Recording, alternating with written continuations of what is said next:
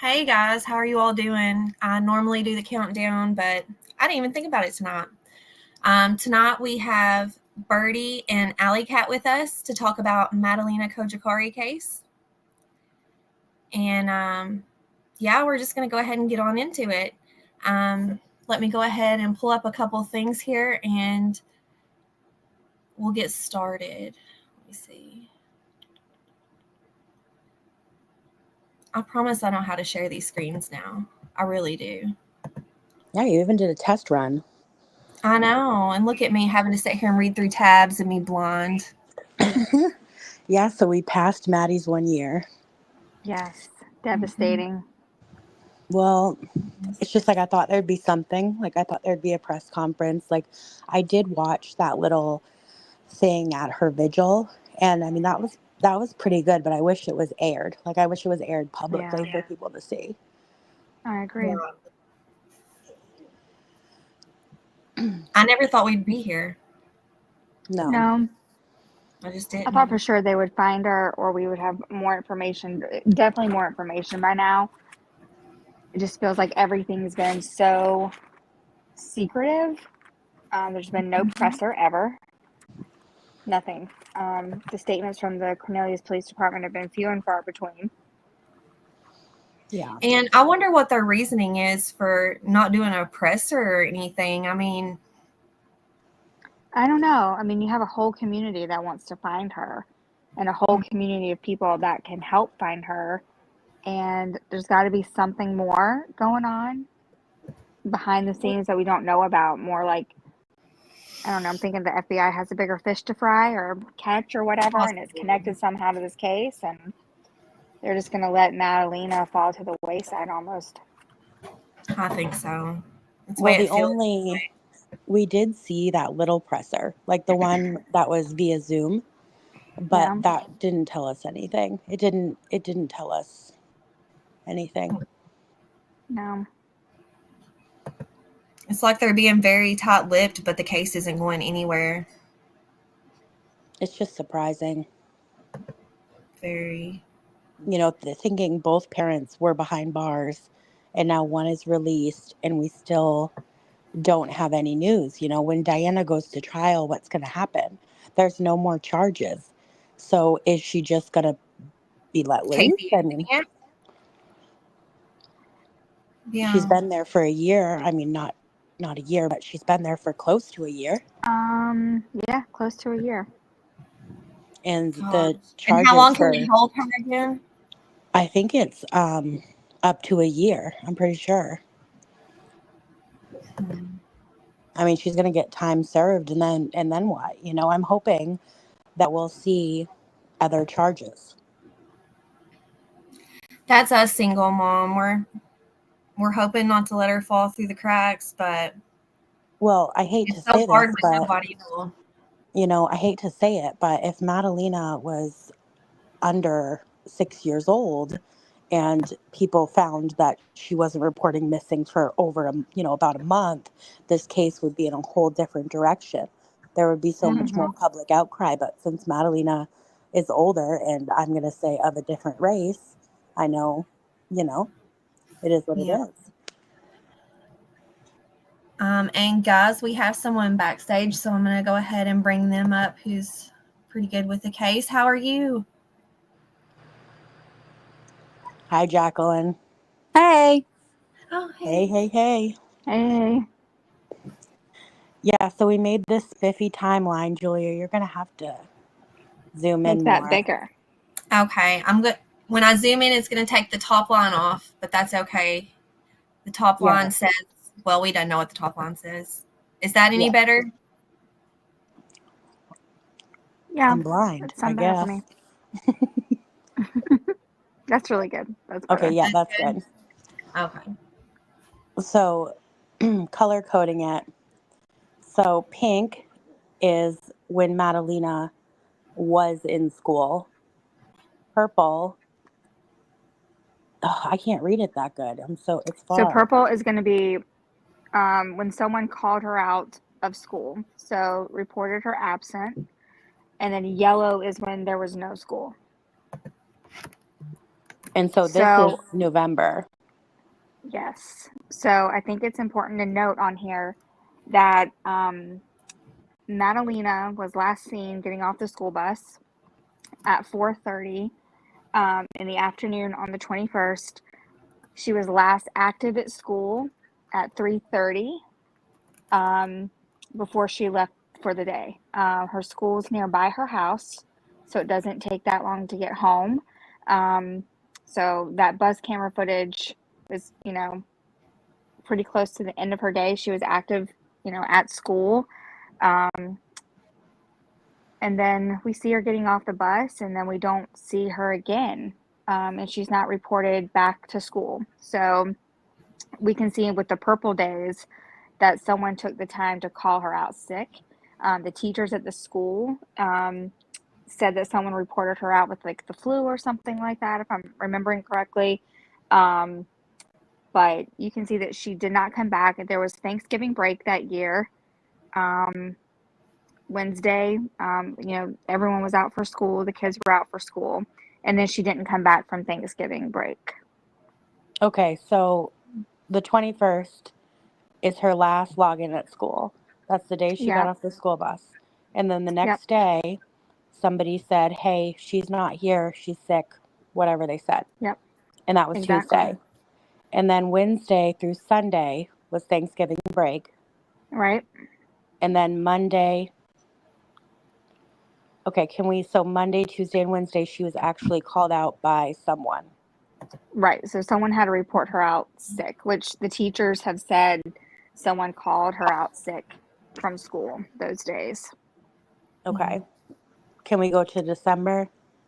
Yes. Give me just a second. I'm going to switch over to that one. I don't want to. So somebody actually took the time to call her out. Exactly. So they knew to call the school. And in order for that to take place, it usually is a guardian, parent or legal guardian that has to call them out sick, especially for the teachers to know about it. So they either told the teachers or they called the school. Regular mom stuff. My kid's out. Right. But then we can see, so that whole week after Thanksgiving, they called her out sick. And then they called her out sick 2 more times that following week. And then we can see that she's not called out sick again starting Wednesday, December 7th. Okay, so going back, so she was called out excused all the way up until the 6th. Correct. So that's 8 days. So she was called out for 8 days. Right. Okay, so then the 7th, 8th, and 9th. Well, the days that had Thanksgiving break wouldn't have counted as her being called out, though, right? Right. No, we're not counting those days. So November and December, between those two, there's 8 purple dots, right? Yeah. So the 22nd. Yeah, the day and after. And then you have the week after Thanksgiving, and then the 2 days right here that we can see. One. So there's 1, 2, 3, 5. Wow. That one. 7 days. There's right? 4. 9. So the 22nd. So there was 4, 5, 6, 7, 8. Yeah. So wow. So someone called her out for 8 days and then all of a sudden just stopped calling on the 7th. Exactly. So what happened? Then you've got unexcused absences, which means that no one called her out, or there was a reason that they called and wasn't excused. So I know in the state of North Carolina, there's like specific reasons why students can be coded as excused absent. So, and that's the whole state follows the same rules.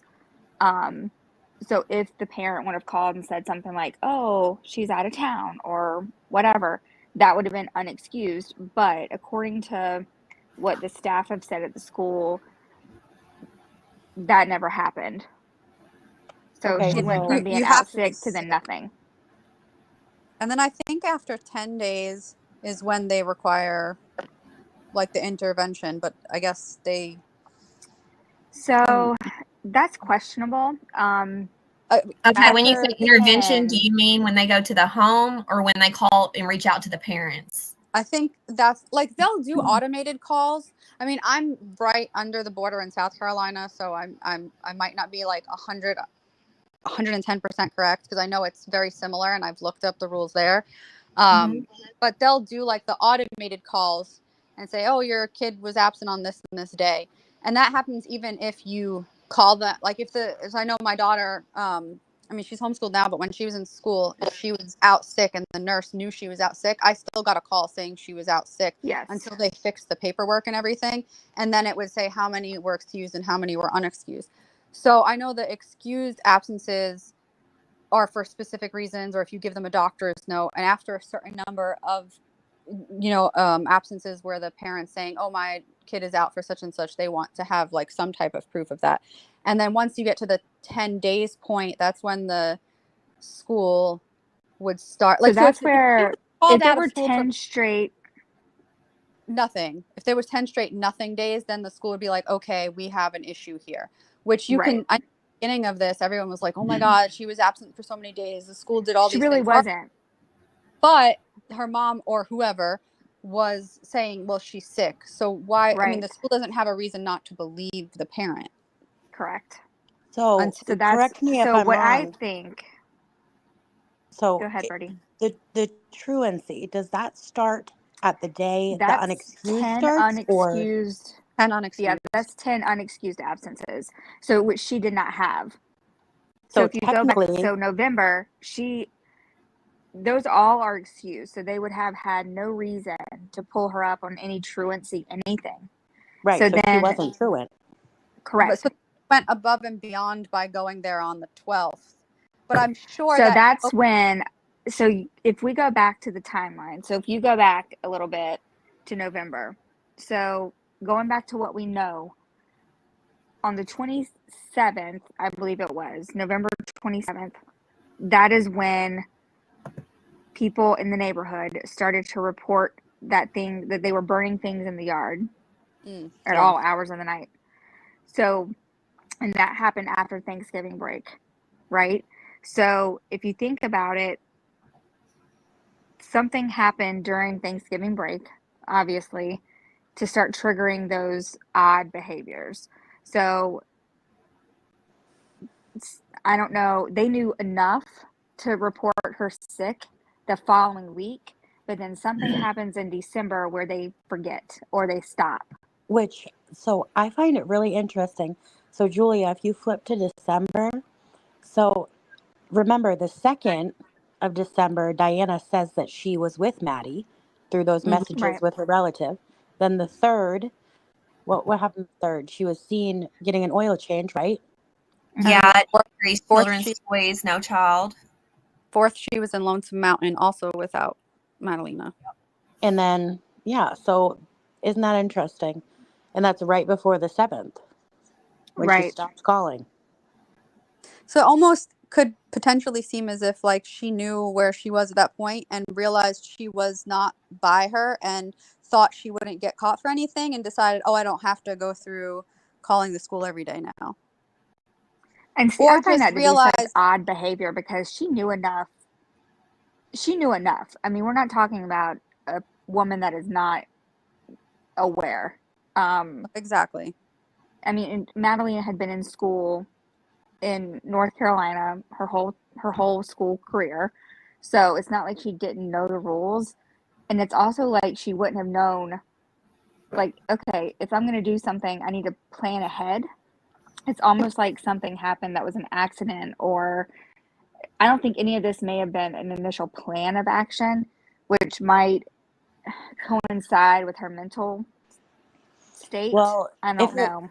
If it was a plan, you think she would have just said, hey, Madalina's in Moldova visiting family. Or, hey, we're pulling Maddie out to homeschool. Yes, exactly. And the only thing about the homeschool deal is that you do have to, I know in the state, you have to register and be approved with the state before you can say, hey, I'm just going to homeschool my kid. So maybe she just didn't do all that. I just find it really weird that all of a sudden she's like, after 8 days of reporting her absent, she just stops. Exactly. Why did she just stop? It's I think very that random. either she knew at that point, like, it's going to catch up with her and they're eventually going to come looking for her anyway, or thought that whatever she was trying to have done with Madalina or whatever evidence she's trying to get rid of, she thought she was in the clear enough at that point that she could stop calling. Right. Or just, She I felt mean, secure really, enough to stop calling. yeah. Or if she's really like that, I don't know. Like if it's a really a mental state thing and she's really going through something, like that's another thing. Because I remember thinking, oh, maybe she just like had a breakdown and was going crazy. But if you think about, I didn't think about this like a few months ago. But if she's sitting there and planning to call the school every day and lying, that's not something that I would think someone who wasn't somewhat coherent would do. Right. Right. So I think too, because we have it documented that someone who works at the school lives in the neighborhood. And I think because they were burning things in the yard and it was really random, neighbors are going to talk. Plus, the house is the first house you see on the right side when you go into the neighborhood. It's the very first house that you get to on the right side. So, and you can see in that backyard area. I've been there myself. So, and you can see where like the fire pit is and all that stuff. Like it's on the main sidewalk when you walk into her neighborhood. So you have to pass this house in going in the neighborhood and going out of the neighborhood. You can't not pass it. So if you worked at a school and you knew here's this kid that's never absent from school, whatever, and then all of a sudden there's all this odd behavior going on, and maybe you go to the office and say, hey, has anyone seen so and so or whatever? I think that is what triggered the visit to the house. It's quite possible. Because I don't think her attendance was enough to trigger it, but I do think that someone put the puzzle pieces together to say, you know what, it's not like her to be out. They stopped calling. We need to go to the house. Especially how the store worker had told us how she was doted over and stuff. Right. Well dressed, like she looked like a really healthy kid. And up until now, really had no issues. And I've talked to two of Madalina's previous teachers, and they all said that Maddie ran the house. Maddie ran her mom. She told me a story that Maddie was wearing Heelys to school, and they weren't allowed in the school, and she had to send Diana a message that asking her to have Maddie not wear Heelys, and Diana was like, well, why? She wants to wear them. Like, it was a very she basically said the same thing. Maddie was always clean, she was always taken care of. She said that she ran the house and that she was, back then her attendance was good. She said her email communication was always through Diana. Just a bunch of different things. But she said that another thing that she brought up a lot is that Maddie used to play, animals with her friend and dress like them and talk like, and just normal kid things. And she never saw any red flags. None. Yeah, there was something going on that week. I mean, but we hear that a lot in these cases, that the red flags, but then we hear also some crappy stuff that happened ahead of time. I'm sure Chris seen, if it's something that Diana did and she snapped or something, I'm sure Chris seen the signs. Yeah. Yeah. So after she stopped reporting her missing on the 7th, the truancy packet was dropped on the 12th, right? On the 12th. Yeah, that Monday. And so then she reached out to the RSO on the that counselor. Wednesday. Yeah, she called on the 14th and then went there on the 15th. Why would she call and say, yeah, me and Maddie will be in? I think she would. I don't know why she would say that if she knew Maddie wasn't with her. Why would you say, oh yeah, I'm bringing her? Why not? Why would you not say, I'll schedule in a meet? Like, I as the parent will be there to meet with you. Like, she there's extenuating circumstances, but she didn't say that.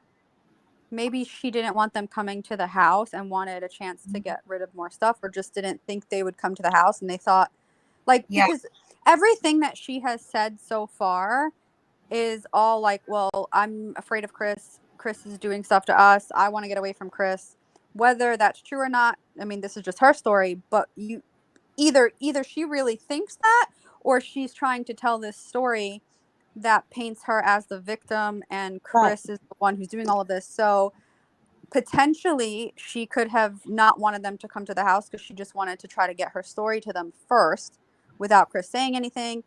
Or she could have wanted to seem like she needed to go there because she was scared, or she really could in her head be afraid.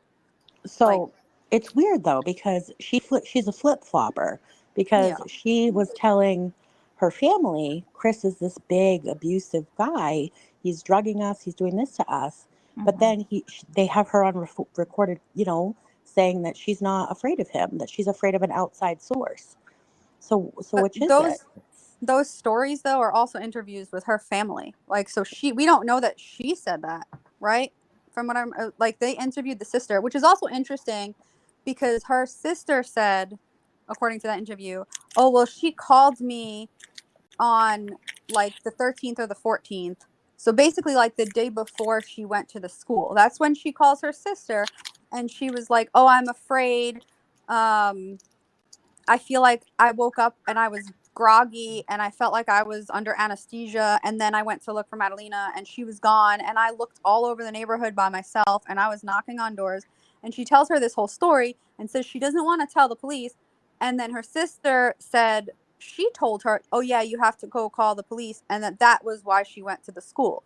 Well, she knew enough to call the police because they had the breaking and entering for the car. I wonder if she even told her sister that thought about story. that. When was that? Well, because a lot of people were saying that Diana was just afraid of the police, but there was a police report filed from an apartment they had in Cornelius before they bought that house, and she filed a breaking and entering with the police for her car because her car was broken into. So clearly, she wasn't afraid to contact the police then. So why would you be afraid to contact the police if your child is missing? Yeah, that's a good catch. You're not all of a sudden going to be afraid of the police. So yeah, this is totally off topic, but I just remembered it. And me and Jacqueline talk a lot about this case over and over. So I want to talk about, do you remember how the dates of that sighting, they were December 16th. And we found it odd because Maddie's picture was first let out on the 15th. And then somebody just happened to stumble. So Maddie's story was aired probably, I want to say like once. And it was very small, like a very small outlet airing it. And then suddenly somebody stumbled across her, 150 miles from home on the next day. Yeah. Yeah, she wasn't reported missing until the 15th. There was only, I think, one local news station covering the story. And even still now, I don't feel like it's really that far nationwide. I mean, there has been some nationwide coverage, but this is a year later. And the only reason there's been some coverage is because there's been possible sightings in different areas, or the Facebook group has, made other people interested, and therefore there's been more coverage. But the Sugar Mountain photo that is her or isn't her, but it was the one that was used on a search warrant to question Octavian. I think that was the reason they questioned Octavian, is because there was a search warrant.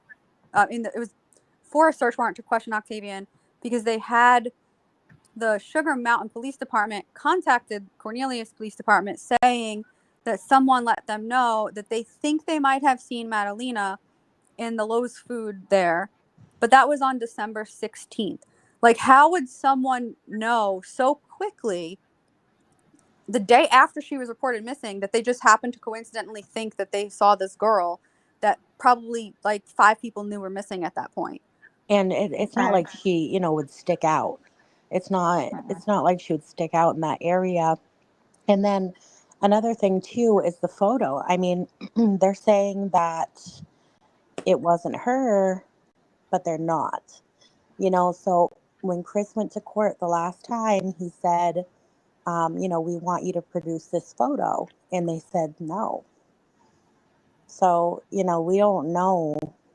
You think that if you had a last photo of a missing child, you'd let it out to the public.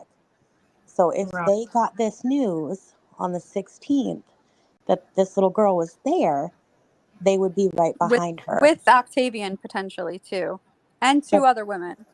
But they didn't Okay, let it for out. those that don't know, though, I think there's some in here that doesn't understand who Octavian is. Okay, so Octavian is like a distant relative of Diana and therefore of Madalina.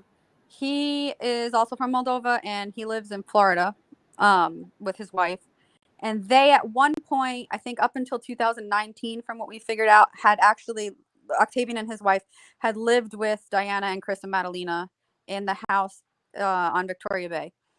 That is their current house. So there is this picture that was speculated to be Madalina from December 16th in Sugar Mountain, that it was a possible sighting of Madalina with a distant relative who appeared to be Octavian. And so the actual police report says that they think it's Madalina and Octavian. So that means that the two people seen in this photo evidence that they had, not only does the girl resemble Madalina, but the guy that's with her resembles Octavian, which also would be really coincidental.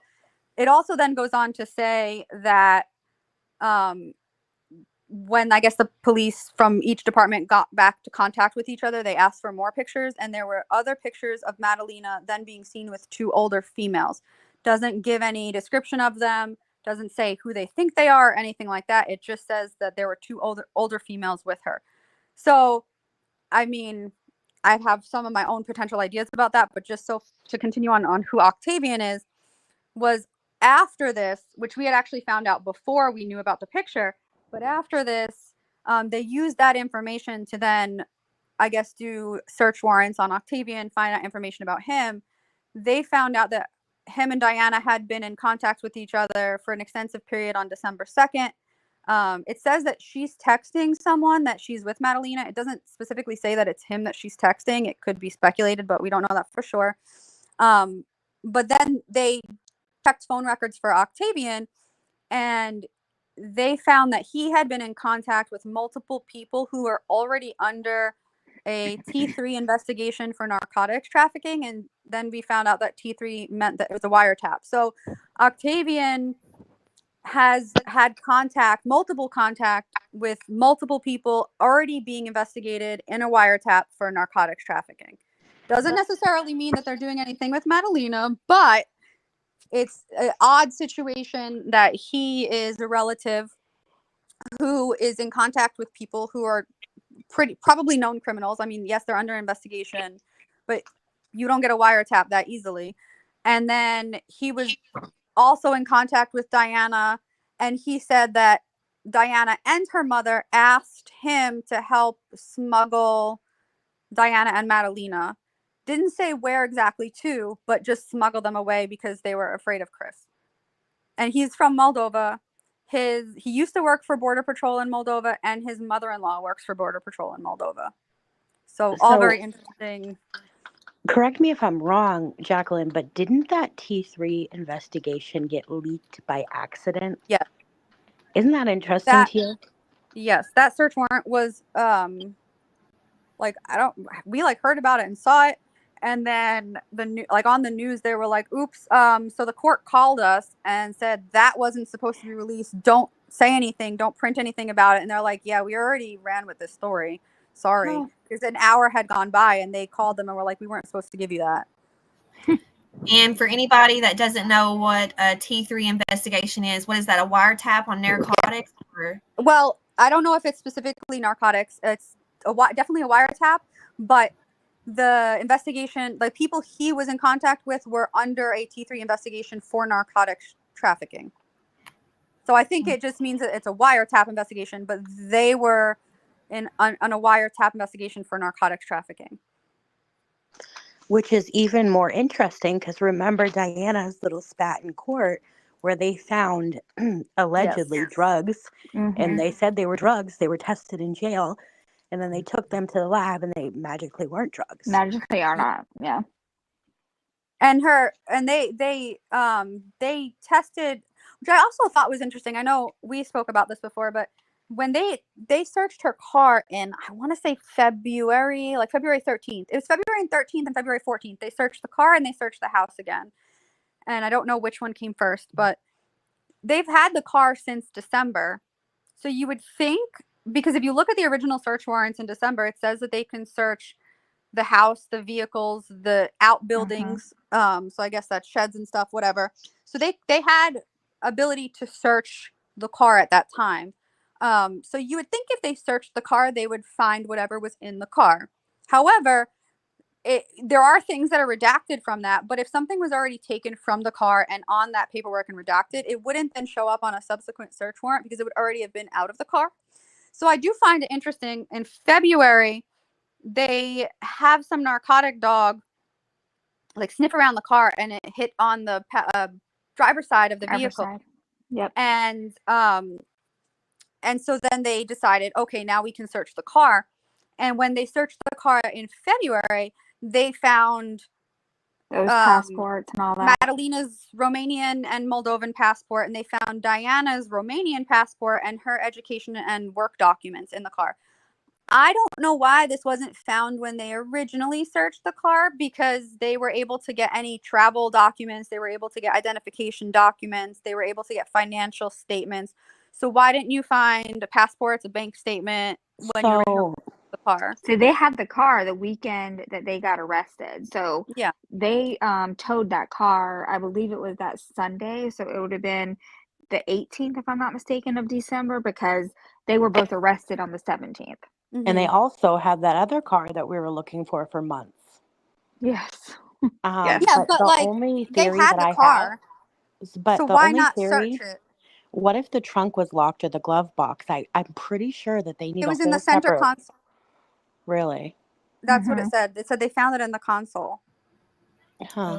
But they had a warrant to search the vehicle, so like, why wouldn't they? Why would they have not just gone up in there? If they have the search warrant, can't they then open the trunk and the glove box even if it's locked? I think they need separate warrants for those, but where it was in the middle console, it wouldn't matter. I guess true. Like there's like a search warrant if you like whatever's in plain sight. Yeah. So maybe that gave them the reason. Yeah, but I mean, it was in the center console, so I would think if you're like if you're searching a house for certain things, can you only search for what's in? I mean, I guess it said you can search all of the house, all of the vehicle, all of the outbuildings. It didn't say you can't go into certain locked areas, at least from what I read on the search warrant, which I've read a couple of times, but it's been a while since I've read it. So, but I thought it was really interesting. It definitely didn't say that. You can go into I found locked. it really interesting that they didn't find all of this stuff in the 2 months prior. Like December, you didn't find it. January, you didn't find it. You waited till December to find this stuff. I don't know if it would be relevant in helping to solve anything, but if it took 2 months to look in the center console of the car, then how long did it take to find other things? I mean, well, that's the same as, the timeline. If it was really Maddie on the 16th of December, and they were 1 day behind her, letting that picture out to the public would have done justice. Right.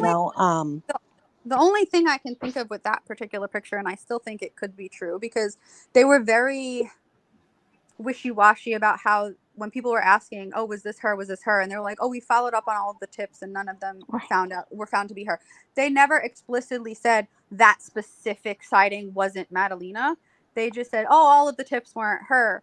I feel like if they were being secretive about certain information, that warrant was supposed to be sealed, the one that talked about Octavian, and we would have never known about a wiretap or anything like that.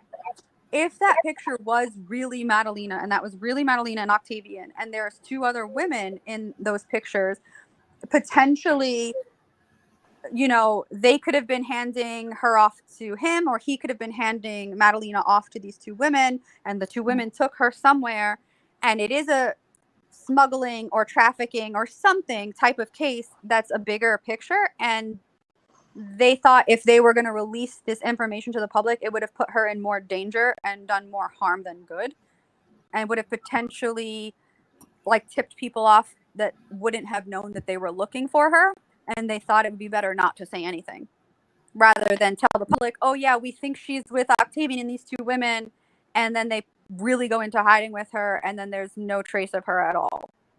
So that's the only thing I can think of. At That the would be beginning, I really thought like, hey, this is human trafficking. But now that it's been a year, I just don't think that way anymore. Like, I I know. don't, it just doesn't make sense. Why? There's no, you know, there's no reason. yeah. I mean, every time I think that I have an idea, then something else kind of negates that idea. But I mean, Well, that's the only reason I could come up with for why police wouldn't put her picture out there. Like, like, oh, we think we saw her in this area. Everybody in this area look for her. Well, if they think doing that would put her in more danger, they're not going to do that, and they're not going to tell us that. So that would be my only idea. Did you get to read that new article they came out with 2 hours ago? I skimmed over it pretty So quickly. I find I noticed that they said that authorities in Tennessee weren't informed about anything. Right. I thought that was interesting. I found it interesting about the highway block, about how you had to go a different way because that part of the highway was taken off, like under construction. I So think was she that they were trying just. to take the highway, or was she was? I think Is this the story you're talking about? Potentially, she could have been avoided. I don't know how much. Like, I don't know that area enough to be like, oh, if you didn't want to go through I-40, you can just go around. Because that seems like a really weird way to go around.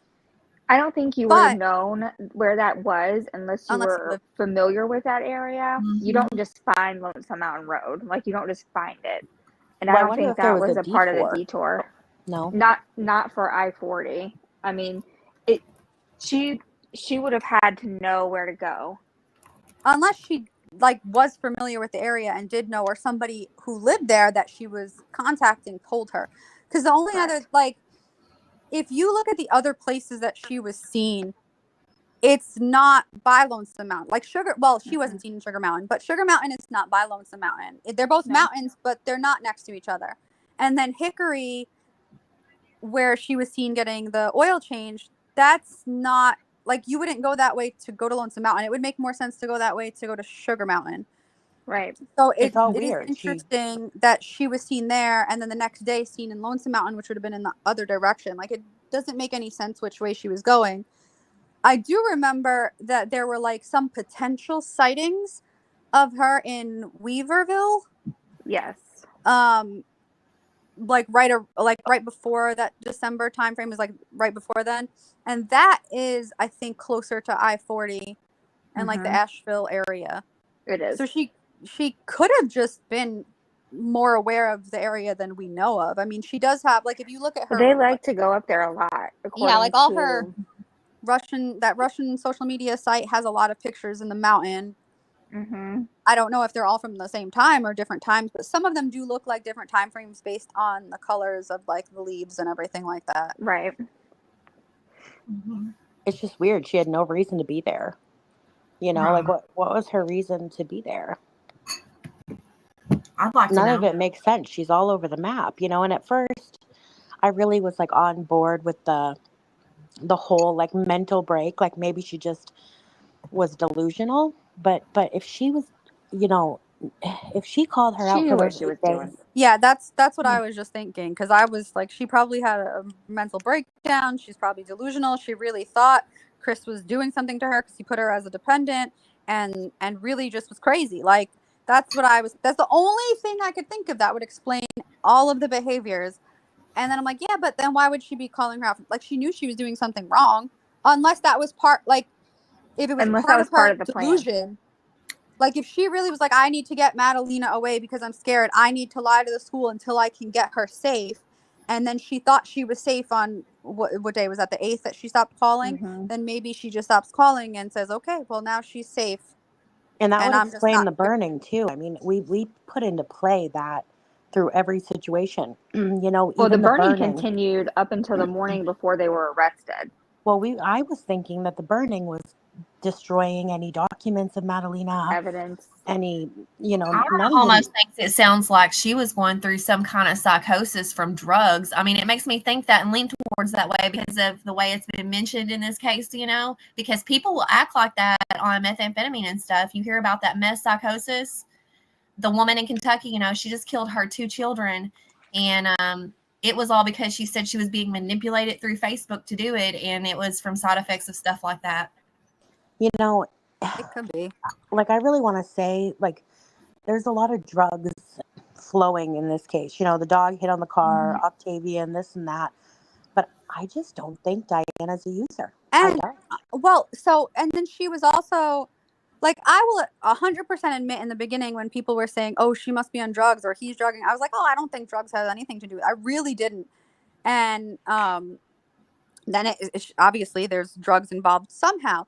But then there's the whole story of like, oh, well, she was being drugged in the juice. And well, if you know that you're being drugged in the juice, why are you drinking Why the drink damn the juice?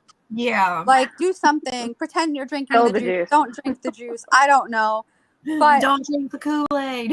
right. So like that could have been another potential story. Like if she was on drugs and she thought like, oh, they're going to drug test me or something, that could be another potential story. So then it comes up positive. Oh, well, I told you he was drugging me. I told you he gave me the Well, juice with then the there's drugs. also, too, I think grandma's just making it all up. I think grandma's trying to protect her Oh, well, daughter. grandma's grandma's 100%. absolutely insane, I think. Yeah, like Maddie had, But see, that's plastic the thing surgery. is grandma like, and I'm not saying like insane to be like funny in any kind of way, but like, is she actually suffering from a mental illness as potentially as well? Or is she making up a story? Because a lot of the mental illness is like that. Like she could just have some sort of weird paranoid delusional thing too. Like we don't know anything about Diana's family except for the fact that the father said they got divorced and Diana went to go live with her mother. So Diana was with a mother, and her other sister that we don't hear anything about except for that one interview was living with a dad from the interview that he did. So mental illness does tend to run in families. It is possible that you have two people who are undergoing like delusions that are talking to each other, convincing each other, oh yeah, there's these crazy delusions. Or, the mom all of a sudden shows up 9 months later and is just trying to, cause problems and be like, oh, this is what happened and this is what happened. And there's a 63-year-old mustached man that has Madalina. Like, Oh, okay. boy. And you decided to say this now? You didn't want to tell anybody this earlier? So, what do you guys think about Chris not speaking to the public? Obviously, his lawyer is telling him not to. But I'm being the surprised he hasn't concerned If I were father, him, I would be singing every word I know. Like I would be out there, number one, looking for her, advocating for her. I would be doing everything I could possibly do to prove, number one, I'm innocent. Number two, I have her best interest at heart. My family loves her to death. I mean, for Christ's sakes, he's still living in the house. Yeah, I at mean, least I like don't, pretend for a minute. right. I just I mean, don't. if there was an issue where they did think, like if the police, let's say it was and it doesn't necessarily have to be just human trafficking, like it could be that Diana really was trying to smuggle her or something like that. And that also goes back to me saying, like, if those original pictures were potentially her and there is a investigation and they didn't want to tell people what was going on because they think that would do more harm than good, they potentially could be telling him like, we don't want you to talk about this because if you let any information out, it could hurt the investigation and then we might never find her. So Well, I feel like everything they've said is almost verbatim, kind of like what you just said. We don't want to hinder this investigation, so we're not going to say anything, and that's why they haven't done pressers. That's why they haven't asked the public for help. They just don't, like, they didn't want anyone out there looking for her. They didn't want anyone touching they didn't want anyone near this case because they didn't want anyone to, quote, mess up their investigation. For them to be like, I think especially after a year, you would think there'd be some more information or they would have let more information out. And if they haven't, and they're still saying like, well, we plan on bringing Madalina home. Like, it seems like they're almost hopeful that she is really alive somewhere and that there's a reason that they think that, because I don't know. I mean, I haven't really followed cases like this.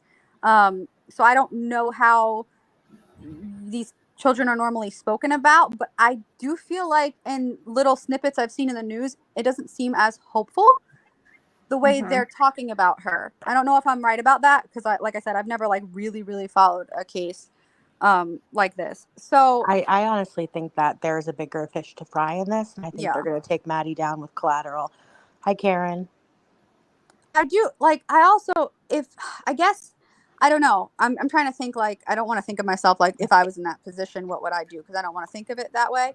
But if I had police and SBI and FBI telling me if you speak to the public, you could potentially ruin our chance at finding your child, I don't think I would talk to them. I don't care if I look guilty. I would not speak.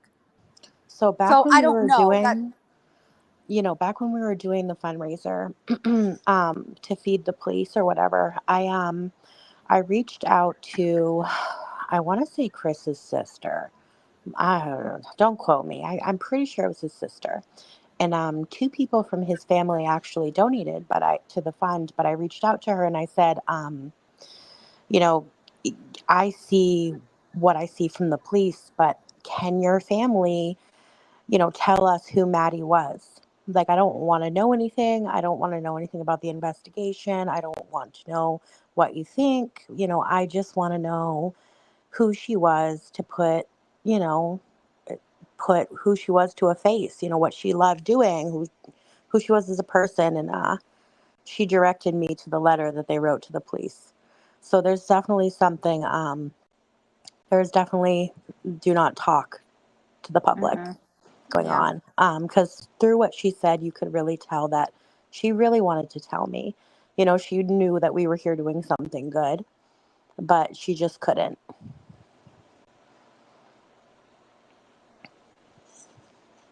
I don't know. Otherwise, I mean, there'd be no reason for him not to speak or to be looking or to be, saying what he knows. I mean, but from his point of view too, and his attorney, it's better that he doesn't. So Right. Yeah, but like if it was I mean, and again, this is just my own personal opinion. Like if it was me, if it was, oh, if you say something and you incriminate yourself and you go to jail, oh well, I go to jail, but at least I'm saying something that could potentially help my child be found, right? So I wouldn't care about what happens to me if my child gets found. However, if I was being told if I speak out, it could hurt the ability to find my child, then I probably wouldn't say anything at all, because as much as I'd want to, I would be afraid that I would never find her if I spoke and said something. So I mean, And the I yeah, thing we think that have strikes to. me as odd, though, like, so when he was in jail, when both parents were in jail, they had ribbons on the house.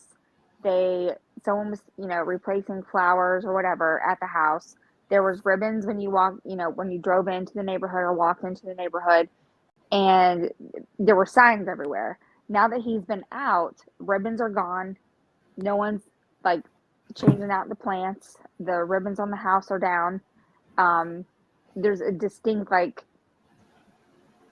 absence of Eerie. her face. It's eerie. It's weird. Um, I personally drove by the house a few weeks, like maybe a week or two ago, if I'm not mistaken, and there was all the trash cans were lined up against the house in the backyard. Like, he's been active in the yard a lot. So, Really weird stuff, but um, no sign that Maddie's missing. There's nothing going on like that. Jacqueline, did you see, or anybody, did you guys see right before this live? Somebody in the neighborhood had said that there was SBI units in Oh the yes, area. I saw that. Oh, I I wonder didn't what's know going They to come anything. of said that. that the SBI was walking around the trails over there by Lake Norman, and they had like, I think they said either 3 or 4 or 5 dogs with them. Oh, I know. But like, if they're looking for evidence of something from a year ago, they're probably not going to find it at this point. I don't think. They already searched all of there. So if there was anything that like was really like Well, pointing to her, unless which they did a lot of searching in the water, but I don't think they searched a lot over there, like in the woods and stuff. mm, I did. I wrote it in the chat earlier, but I was like, maybe they could be like, if someone saw Chris walking around there, I think maybe he put something there or was trying to get rid of something there. They could have been looking, or it could have nothing to do with Madalina, and just every time there's police over there, they think it does because it's like a big case in that, I guess relatively lower crime area. well, also too, I mean, cadaver dogs. I mean, we were just looking this up. Cadaver dogs, they can smell up to like 20 years or something. We were just looking into the Summer Wells cadaver dog thing, and it's a long time out. So Yeah. I didn't see any dogs in that house. I didn't see any dogs around that house. I mean, correct Well, me if look I'm at wrong. Monkey's case, In aren't they? Madalina's house? Yeah. I know they went there with a narcotics dog, but I don't know if They they had have a there were dog. dogs out there twice, but I don't know. I think they were both narcotics related. I don't think any of them were cadaver dogs. So why not? that always, that's weird. I originally thought that the dogs that initially went out were cadaver dogs, but I think I got that wrong, because I felt like at the very beginning of the case, it felt as though when I was reading the information and all of that and watching the news, and we were, just getting started with all of it, it felt to me that the cadaver dogs went out and they hit on the car, which is why the car got taken. The dog, because the dog, they searched the house and the car a day after each other, both with dogs, and that was in February. So if there were dogs there before February, which Yeah, I mean, there I'm sure there were. were, but I don't remember see. Like if you can find a picture of the dogs, you can actually look at like the SBI website and there's a bunch of, or their Facebook page, and scroll Hmm. through. It takes like forever to do it, but you can find the dog and then you can see what the dog does. Huh. Because that's how I knew that dog was. I think that's how I originally knew it was a narcotics dog, and I thought that was weird. But then we saw the search warrant, and the search warrant said that they hit on, like, the narcotics dogs hit on the door of the car. So I was like, oh, well, it makes sense that there was a narcotics dog at the house because they went to the house to look for narcotics related things. But before that, like, you could, if you really like look and you can match it up, you can figure out what the dog is for. Some of And them are what kills trained in. me about the February search is that they had allowed I believe it was his brother, to be in that house taking care of the cats and doing all kinds of things. Not to say his brother was going to do anything illegal, but before they went back to that house in February with that dog, there had I want already to know. been several people in and out of that house while Chris was in jail. So we never saw how where Chris's car was when it got towed. I want to know No, where it was me too. because I was looking for that car for months. Yeah, we were. We searched everywhere for that stupid car. Um, I don't know. It's all weird. Chris Well, just we only decides to found that take out it. because there was a tip that came in that said that car that everyone keeps thinking is their car is not their car. Because we Yeah, I kept know. thinking that Oh, black Toyota that was was Octavian's car, right? right. From when he lived there? Yeah. Yeah, and Yeah. then somebody said, "Oh, he's got a whole nother car," and I'm like, "What do you mean? No, he There's a doesn't." whole nother car. I mean, we Yeah, went he searching did. for that sucker night and day. Yeah, I And thought sure they were enough, pulling my did. leg, and then we finally found it like 2 months later. Yeah. No, I want to know, and it doesn't say anything was actually found in that car either. Mm-mm. And you want to know what's funny about that car? And none of the neighbors say that car was ever there. Right. It's That's just weird. weird. I mean, but there Oh, it's could be weird. other search warrants that are still sealed, or there could be search warrants like, because we keep finding out about search warrants that are in Mecklenburg County.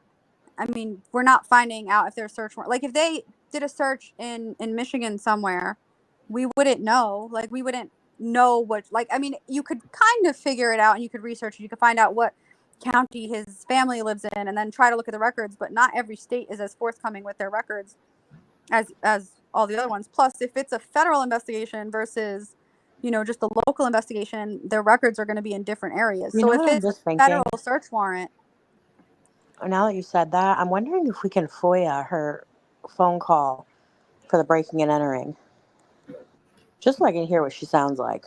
Right. oh yeah, probably could. Yeah, just so I can get a feel for. I mean, they've never done a public interview, so it's so hard to know who somebody is before. It's like before this case, they were nobody. They didn't have the social media like we have. They didn't have the, you know, it's like they were nobody. Right. It's hard to gauge. All we know about Madalina is Jessica's interview, and I spoke with a couple of Maddie's old teachers. Jessica's interview is not what I expected it to be. I'm going to try to find that link before we get off live to share that because that's definitely a good one. But anyways, that one right there, when she said how doted over she was and well taken care of, I was so shocked to hear that. I expected to hear more negative than what I did. And her teacher's stories match up with that too. Yeah. that she was just loved Oh, and yeah, I cared believe it. for. Nobody had anything bad to say about Diana or Chris, which I just, it's just weird to me. Her age, I mean, we never hear a child this age missing and not reported by their parents. It's weird. And I Right. hate to say it, and I like really, really hate to say it, but Maddie has a fight or flight. Right. We have three options, like that she was abducted, this was an accident, or the parents. It wasn't an accident. She wasn't abducted. I think Madalina was incredibly smart, or is incredibly smart. For her age. Now, Well, what I that don't teacher know. said, she was excelling in all her classes. Right. And I mean, you know, from what the teacher said, she tested well, she was well adapted, she was a healthy kid and was She had a lot of pretty smart. friends. A lot of Doesn't friends. add up. So I think I have my own personal opinions about what happened in that house. I've talked about that before. I think the other reason why Chris may be silent is because he is responsible for something on some level, and possibly the fact that she was getting older and was able to talk or whatever could have started hindering whatever that But was going on in the but house. then the thing is, though, Al, if that was happening, where's the evidence? You think there would be more Right, charges follow suit. If there was blood found in the house, they would be charged. If there was anything, happening in the house and there was evidence of it, they would be charged. There's no charges to follow this. And So I just just find that insane. so are you saying like he did something to her and that made Diana wanted to take her out of the house, or he did something to her and then hurt her, and Cut that's what out what? covered it up? I I think I think there was something going on in that house for a while, Oh, can you hear but me? I don't think anything that he would have done would have intentionally hurt her, if that makes sense. Like, I don't think Like it was some type of abuse, but right, not like he wasn't trying to kill her. Sorry, right. my I don't power think is it was. flickering. If I drop I don't off, it's know. because of that. So if that's Oh the my case, gosh. and then like Diana maybe, because I know that was the theory that a lot of people had as well, and that Diana found out and she wanted to get Madalena out of that situation, which would be understandable. At the Right. point that she did this, and then they were both arrested, why wouldn't she say something to the police That's then? right. And that's where I dropped, that's where that theory of mine or that speculation kind of gets blurry for me, because you're right down the street from the, police. You have ample opportunity to report this. I don't know. I mean, and she knew to report it. So that's where I get really Unless confused on that side. I could see how like that was happening and that was her reasoning for wanting Mhm. to quote unquote smuggle her out or Right. away, and that she did do something to smuggle her away. So now she doesn't want to tell the cops because she's got her relative or whoever, drug traffickers, are doing something with Madalena. And if she talks, who knows what'll happen. But also why Chris isn't speaking, because he knows he did something to cause this to happen to begin with. Exactly. It could be a combination of Yeah. both. I just don't, I mean, I don't get the vibe that, I don't know. I go back and forth with him a lot. I mean, if you're innocent, why not put a big ass sign in the yard? Like, do something His to attorney show. did, to be honest, listening to his attorney, I mean, his attorney wasn't that great, but it did make sense. His story made sense. It And did. I mean, As but crazy that's what as he it gets was, paid it to makes do, sense. Yeah. you I know? mean, he's a defender, so he's going to defend him in any way he can. The only thing is that like when he goes to trial and they're like, "Oh, you're saying this had to do with some paperwork you just filled out." "Oh yeah, I filled out the paperwork 2 years ago." Then obviously that's not going to make any sense. Like so whatever story he's using has to be somewhat believable hmm in order for it to make sense to people, which I think if you actually listen to him in court and know all the pieces of the story, it does kind of there's a possibility that there could be some truth to that. Yeah, I I And agree. believed it. so At one like point, I believed it before I really, before I found out how long it was. And I mean, it just has to put a reasonable doubt, and he did. yeah. Mm-hmm. I mean, like, I could say if I was on a jury and at that very moment they're like, well, this is what happened, I'd be like, okay, well, I'm not 100% sure that he's guilty. I mean, guilty of not reporting her missing, yes, 100%. Obviously, Right. but I couldn't see any way in any world that both of them will not be found guilty of not reporting her missing, because the prosecuting attorney was like, okay, but he doesn't have to know exactly where she is, or he didn't have to be the one to cause her to go missing just to report her missing. So, Right. but I guess then the defense was like, well, Diana was telling him he's safe, so he thought she was safe. Yeah, but for how long? Like, when do you then say something and speak up?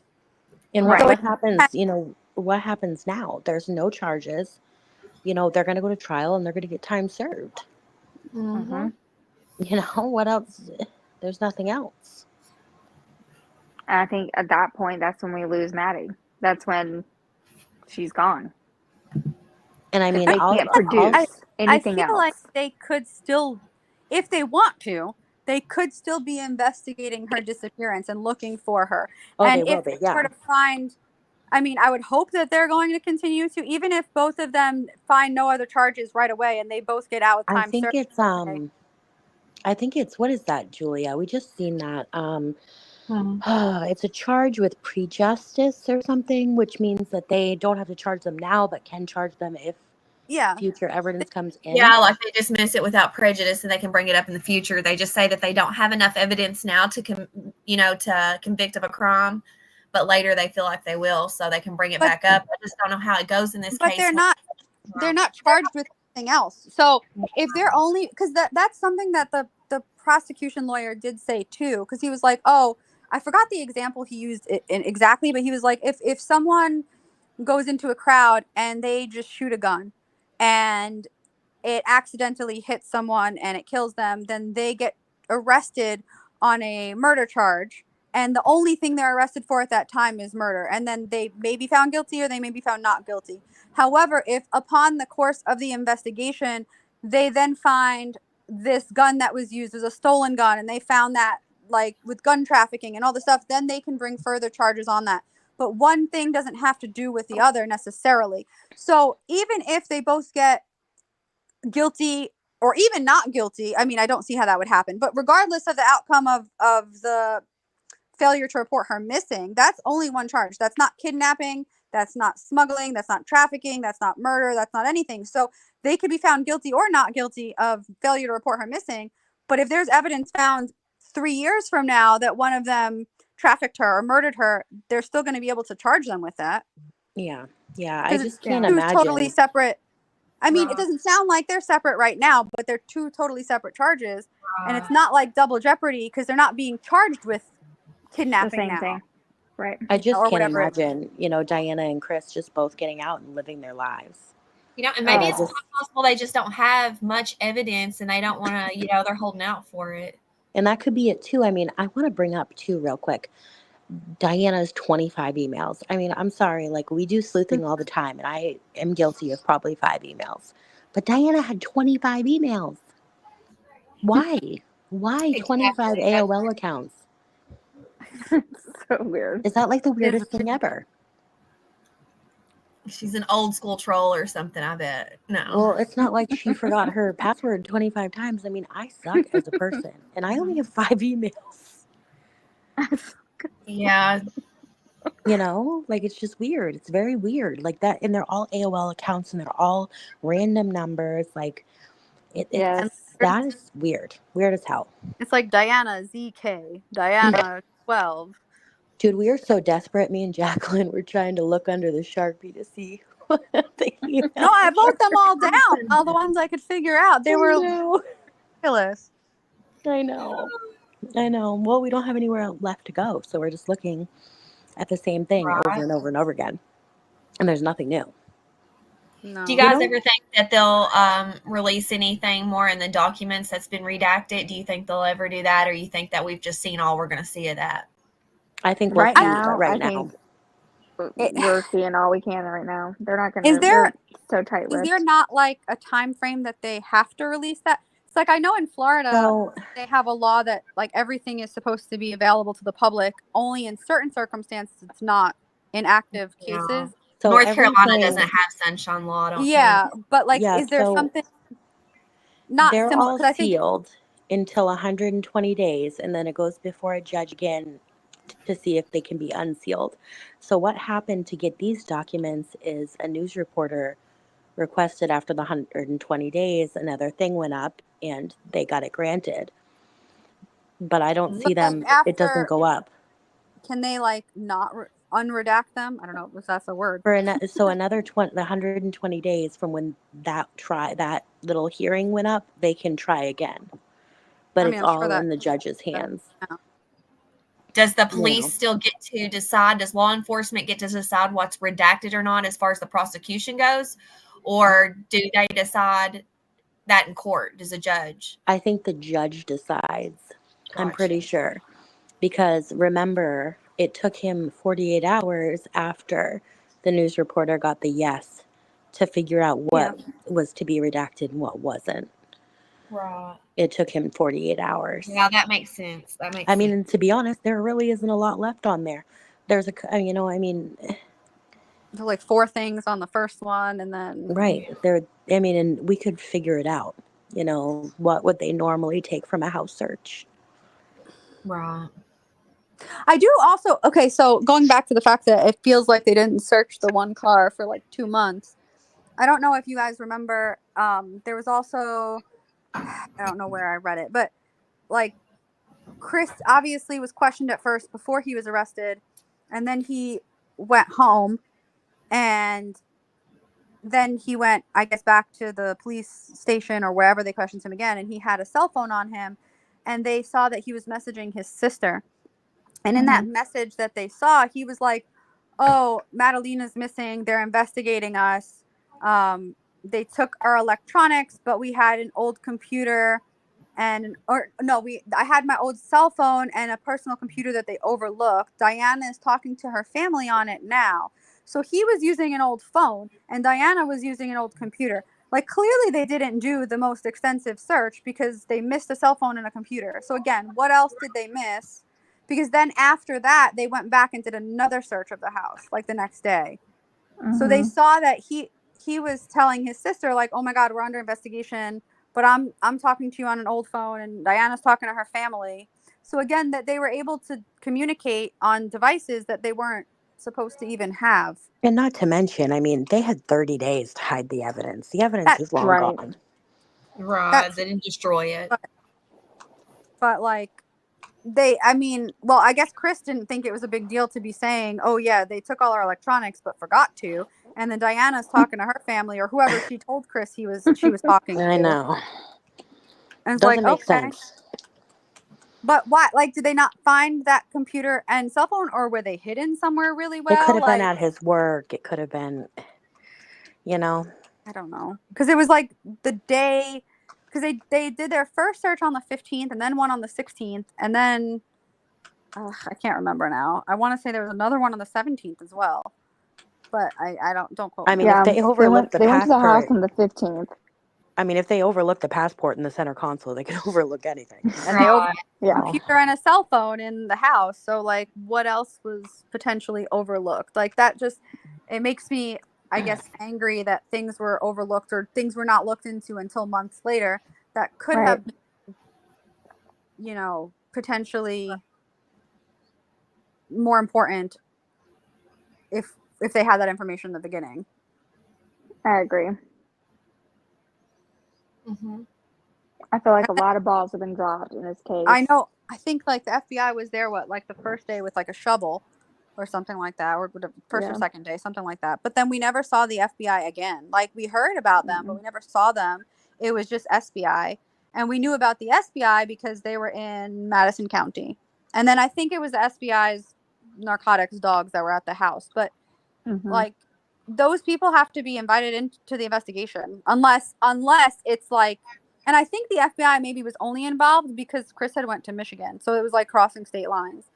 Other than that, I think they have to ask them, like, "Oh, we need your help with this." Mm-hmm. I'm not 100% sure, but I'm pretty I know certain. that's the way it is in Kentucky. Like, Okay, local law then enforcement has jurisdiction over state police and FBI until it crosses different two different jurisdictions or state lines, then it makes it.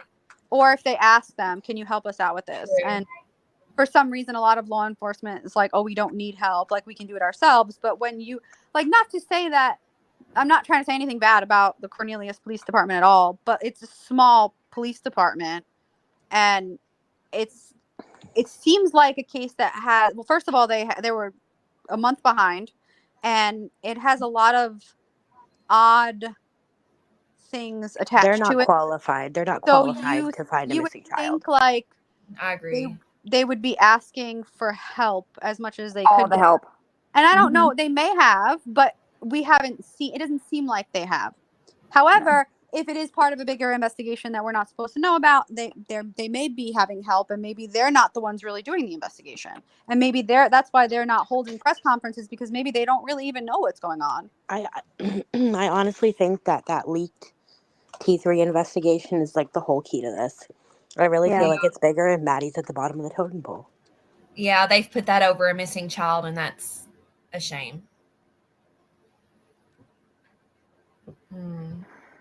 That is so heartbreaking. I think so. And they'll do that. If they have a better chance of finding a ringleader of something else, they will, 100%. Mm-hmm. Yeah. Unfortunately, that is the way it goes. I just thought at the 1 year that they would have made something. I mean, the vigil was beautiful, the celebration, but they could have streamed that publicly. Come out and say we can't say anything. I mean, we've seen them do it before. Right. Yeah, tell us that you're doing something. Yeah. And quit being nosy. Tell us something, but yeah. There was never one public Nothing. Maddie. There was no plea from Chris's family, no plea from Diana's family, no plea from anyone. No one. It was so I'm sorry, I know that you abnormally can't just say quiet. anything to jeopardize the case, but you can say, please help us find her. The sister has a huge public platform. Why not? Yep. That always bothered me. Mm-hmm. It was that Her not sister circulated. is like a singer in Moldova. Am I correct? Yeah. Right. Yeah, and she has a huge following on social media platforms, and you don't ever see her post one flyer of Maddie's. Never. You can't tell that she's even missed a step in her life. Yeah, Right. because like she's done interviews where, I mean, people have translated and said that she's just talking about how she went on vacation. It's weird. And, like, spending time with her family and loving her life and all that. I'm like, but your sister's kid is missing. Like, what? Yeah, your niece is missing. Unless, missing, no way. Yeah, like unless her whole plan was to somehow get her to Moldova, and they know that she's there, or they know that she's safe. And Right. originally I was thinking, I'm like, okay, but if she was safe, why didn't she say anything? And now, like, thinking about it, it's like, well, maybe Diana's plan is, okay, I'm going to sit in jail for the year, 18 months, whatever I have to sit here for failure to report. They're going to find me guilty or whatever. Cool. Yay. I'll stay here. And then when I get out, I'll go to Moldova and be with her. And then no one can stop me from doing anything. And I'll just be with her. In my gut, I know there's probation stuff, but I feel like what is going to happen is, if time is served on this, so I've seen this in other cases, that the state will take custody of the child and tell Diana she has 10 days to produce the child. If the child's not produced, then they'll charge her with neglect and things like that. And I really think that that's what's going to be the step to go forward. But she may not think that they're going to do that. So she might think, well, like, okay, if Madalina was really in some type of danger, if Chris was really doing something to her, or if she was just delusional and thinks that Madalina's in danger, and she really did want her to get smuggled away to Moldova, let's say, in her mind, she could either not care if she has to stay in jail if her daughter's safe, right? Because if you really wanted your kid to be safe, you're not going to care what happens to you. If you're delusional, delusions to people are real. So she really may think that she's in danger and is doing something to protect her. Or, I mean, like, I don't know. I'm trying to think of, like, positive ways that Madalina would be alive that would explain some behavior. That's the only thing that I could think of. Going through this over and over. It's the delusion or something more vulgar. So maybe she's thinking like, okay, yeah, she was reported missing later. I have all these stories. It all looks bad for Chris. They haven't found any evidence. So eventually I'll get out and I'll be able to go home and I will be with her. Or at least I'll know she's safe. And she's not saying anything because she's hoping, like if she does say something and says, oh yeah, I smuggled her, well then she's going to get in trouble for doing that. And whoever helped her is going to get in trouble for doing that. So she's not going to say it. Right. But after a year in jail, the delusions would eat her alive. Mm-hmm. You know what I'm saying? I don't think so. Unless they were caused by drugs and she can't get the drugs in jail. So she's dried out. Clearly she's getting drugs in jail, but they're claiming they're not drugs now, but whatever. It's salt. She was getting fake drugs in jail. she just picked up a bag of sugar in the bathroom and kept it. Yeah, that was close. You know what y'all are talking about.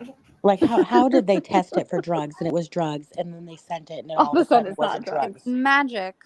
But that could be something, too. Like, that could be maybe part of an investigation that we don't know about. True. And then it's like, oh, we're going to drop these charges if we find out who these drug traffickers are. And then it's like, oh, magically, they're not drugs anymore. But they found out something else for the bigger investigation. I mean, don't you guys find it interesting that Chris's whole little clip his 30 minutes was streamed and we got to see that, but we saw nothing of Diana. Yes. Yeah. Nothing. That drove me nuts. The only, like, I don't know about like the timeline if her mom caused that whole big not scene, because it wasn't really a scene, but like she had that whole interview outside where people are like, oh my God, the mom is talking, we want to video her. I wonder if that was to get people to be filming her versus being in the courtroom and seeing what was actually being said in the courtroom. Like, because we never saw who was in the courtroom with her, right? No. So what if the mom never even went in the courtroom and just stayed outside with reporters? I found that really interesting too, by the way, that the mom flew to the U.S. for this hearing, but didn't fly to come look for Maddie. Right. And like, where was she staying? Who is she staying with? Is she still here? Did she go home? Like, when did she get here? Dude, I'll never trust that lady just because at the beginning we reached out to her and she played us like a fiddle. I don't know Maddie's missing. I didn't know Diana's in jail. I didn't know this. But apparently they were calling her and telling her, no. Uh-huh. Nope. I don't believe her at all. She's not believable to me. I don't put any credit into what she says. I mean, we had multiple people listen to her and translate just in case we missed something, and we didn't. But she contradicts herself. But it, like, I do wonder if she was in the courtroom and they just didn't film it for some reason, or maybe if she was outside distracting whoever would have been videoing the courtroom. Right? Because if you're just listening to a hearing, I mean, that's kind of, it could potentially be something boring and like not much to report on, and you could find out, oh, did she plead guilty or not guilty? We're not going to find out that much more. But what's the interesting story? Oh, the grandma's here and she's telling her theories. Everyone's going to want to hear that. So as a reporter, which thing are you going to cover if you have a choice between the two? Yeah, my booty would be outside trying to get grandma. I mean, she's telling all these outlandish stories that all contradict each other. Mm-hmm. It's like, oh, yeah. She's like, oh, yeah, Chris sold Madalina and Diana to traffickers. Are the traffickers in jail? Because that's where Diana is. Like, yeah, didn't she say a certain amount of money too? $5 million. What'd she say? Yeah, $5 million. Where's the money, lady? And that she knows 5 traffickers. She knows 5 traffickers.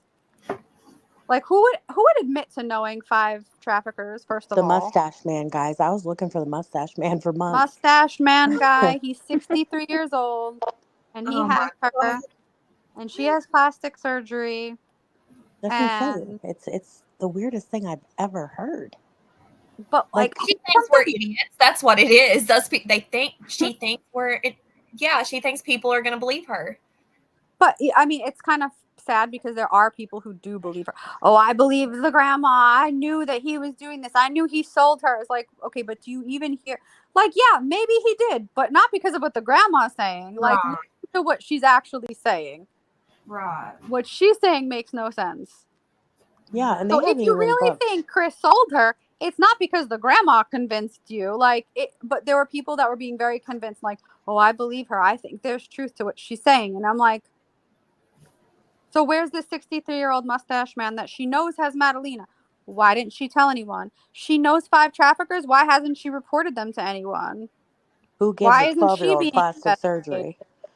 surgery? Like, she's not telling these stories if they're true. And then, no. They're There was other outlandish. stuff she said too that was just so crazy, and I can't remember what it all was because it was so crazy that, like, Yeah. things that pop in my head now, I'm like, that can't be right. But it's probably stuff that she said. Right. So, why? I wonder when the trial is going to be. That's what I'm waiting for. There's not even a date uploaded. There's nothing. No, which is kind of crazy too, because now that we're at a year, like, they have to do a trial before the 18 months. Yep. So they only have, well, I guess she's missing for, no, they got her, it's almost a year from when they got arrested now. Yeah. So they only have 6 months to do a trial now. Yeah, I forgot that. I was wrong at the beginning, Julia. I wasn't thinking. It's 12 to What? 18 months for failure to report. It's not I think it's 12 to 18 months. 12 to 18 months. Yeah, Jacqueline just said. Yeah, I'm pretty sure it's 12 to 18 months. I forget. I used to know it when I was heavy into Casey Anthony, but I just forget now. Which that was Florida, anyways. I get it mixed up with North Carolina. But I know, doesn't North Carolina have the Casey Anthony law? Isn't that a thing? Yeah, that's what this law is. Failure to arrested for. report. Yeah. But like, each state that does it has a different time frame, and for a while it looked like it was 12 months. But then when they had the Chris in court thing, his lawyer said the maximum sentence is 18 months. Because when he was trying to argue his bail down, he was saying, bail has to fit the crime, and all he's being charged with at this moment is failure to report her missing, which is whatever felony, and it's only a maximum of 18 months, so his bail should be lower, blah, blah, blah. He's been cooperating. He's talked to the police. Everything he has said, like, he's not giving anyone a problem. So with all of that, they're like, okay, yeah, we're going to lower his bail. You know what I just realized? We don't know what Diana even did all day. She didn't work. She didn't have no friends. What'd she do? We have no clue about any of these people. It's just weird. So when I look up Yeah. Kaylee's law in North Carolina, a story on Madi comes up. Yeah. Oh, sorry guys, I didn't mean to cut you off. It was just Weird. I don't know. We're just gonna have to sit back and wait for the trial to play out. I guess that's all we can do. So when the trial plays Okay, out, you have think they're going something. to get time served? Is that a big thing in North Carolina like it is here in Kentucky? Well, I'm they have sure. to. I mean, they've already served Here in their Kentucky, time. they have a choice. They have a choice up for so long, but they usually always give it because they don't have the money to keep the people in jail that they do have. I feel like Chris will definitely get time served because he's Yeah. on bail, so they're not going to put him back in jail at all. And we noticed Diana, that he's not doing anything to get her out. Just saying. Diana, I think it would depend on what they have found talking to her. So I remember in the beginning, like, they raised her bail above Chris's because they said, like, she was begrudgingly with, like, giving information and that she was hindering the investigation and all this. If she's been doing that the whole time, maybe they won't. They'll just be like, nope, you have to serve the whole 18 months. But That would I be mean, interesting. I if hope she so. has no prior, she has no prior record. So I don't know. Like, I would hope that they would hold her at least for the whole 18 months, but they might not. Yeah, plus the good behavior. But she was, see, that's why I was like, but she was found with drugs, but then they said it wasn't drugs. So, like, She was selling salt, Jacqueline, salt. sugar, okay? That she found in the shower.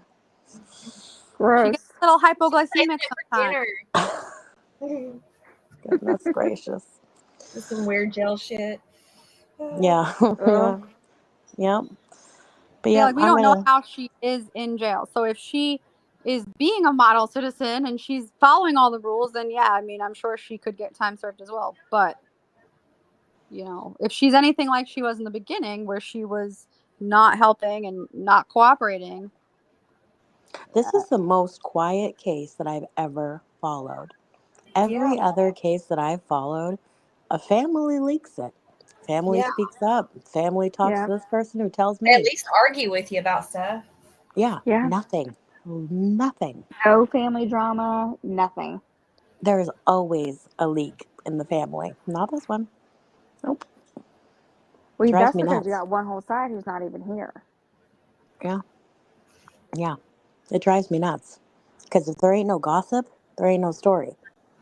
Mm-hmm. And I do think There's a little that bit of truth to every gossip. when we last saw her in court, I think that she did see her mom in court.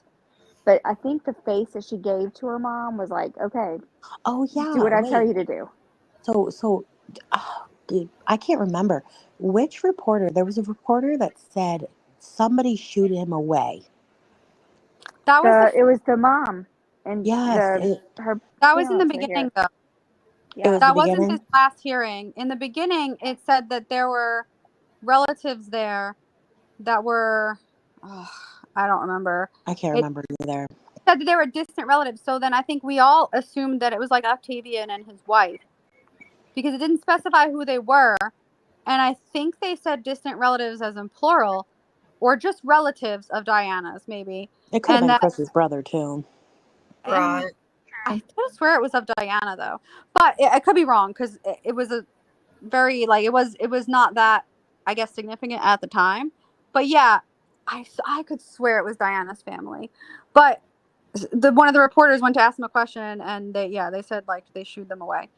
So Yeah, I mean, potentially could it have been her mom and the mom has been here the whole time, or I think could the was be. mom's been here more Octavia? than what we know. Huh? I think the mom's been here more than what we know. I Mm-hmm. remember like also kind of towards the beginning there were people in like the chat that were saying that her mom was in the United States and I kept saying Yep. like where or how do you know? Oh, I just know. Okay, but how? And no Right. one could say where she was or who she was with or how. They were like she was with some Moldovan church and that she was here in the Yep. United States. I And remember that. I didn't believe them because so many people said stuff but then couldn't back anything up. So I'm like, okay, I'm not unless like I see this with my own eyes. I'm not. Right. I'm not. I mean, Jacqueline's it'll going to the be there. Moldovan church. There's a possibility that she might be here, but then it just no one mentioned it again. So I said, okay, I guess that was just fake. Like it wasn't like a real thing. But now maybe she was, I want a and maybe statement. whoever I want. knew for some reason wasn't supposed to say that she was here, and then that's why they kept quiet. I want a Exactly. statement from Matthew Palmiter. Huh? Yes, What I about his? do. I want a statement from him. I'm sorry, but his Who is that? The brother? yeah, Brother? his Yep. ASS was over there feeding the cats, The cat getting his shit guy with brother, the gloves? Ha! getting his brother from jail. I'm sorry, but I want to He's been know. heavily involved He supporting has. his brother. He And if his has. brother has nothing to hide, just come out with something. It's Do killing me something to not knowing. advocate. It's Yes. killing me. I'm so Like, what did nosy, you see in and the house? Tell me He about the talked to Michelle at apartment one that they point, were building. I want to know all about that. Like, is yeah, it still dirt? Like, did you dig up the floor? Like, what's back there? right? he's the one that dropped the hint about the car. I will say Yep. that. I won't say where we got it from, but I will say he's the one that dropped the hint about that car. And he's the one that verified that trip to Michigan. He's done Yeah. a lot of talking without Yep. talking. Without talking. And He can drop a I lot of breadcrumbs. yeah, I I'm sure can. that Hands on throttle.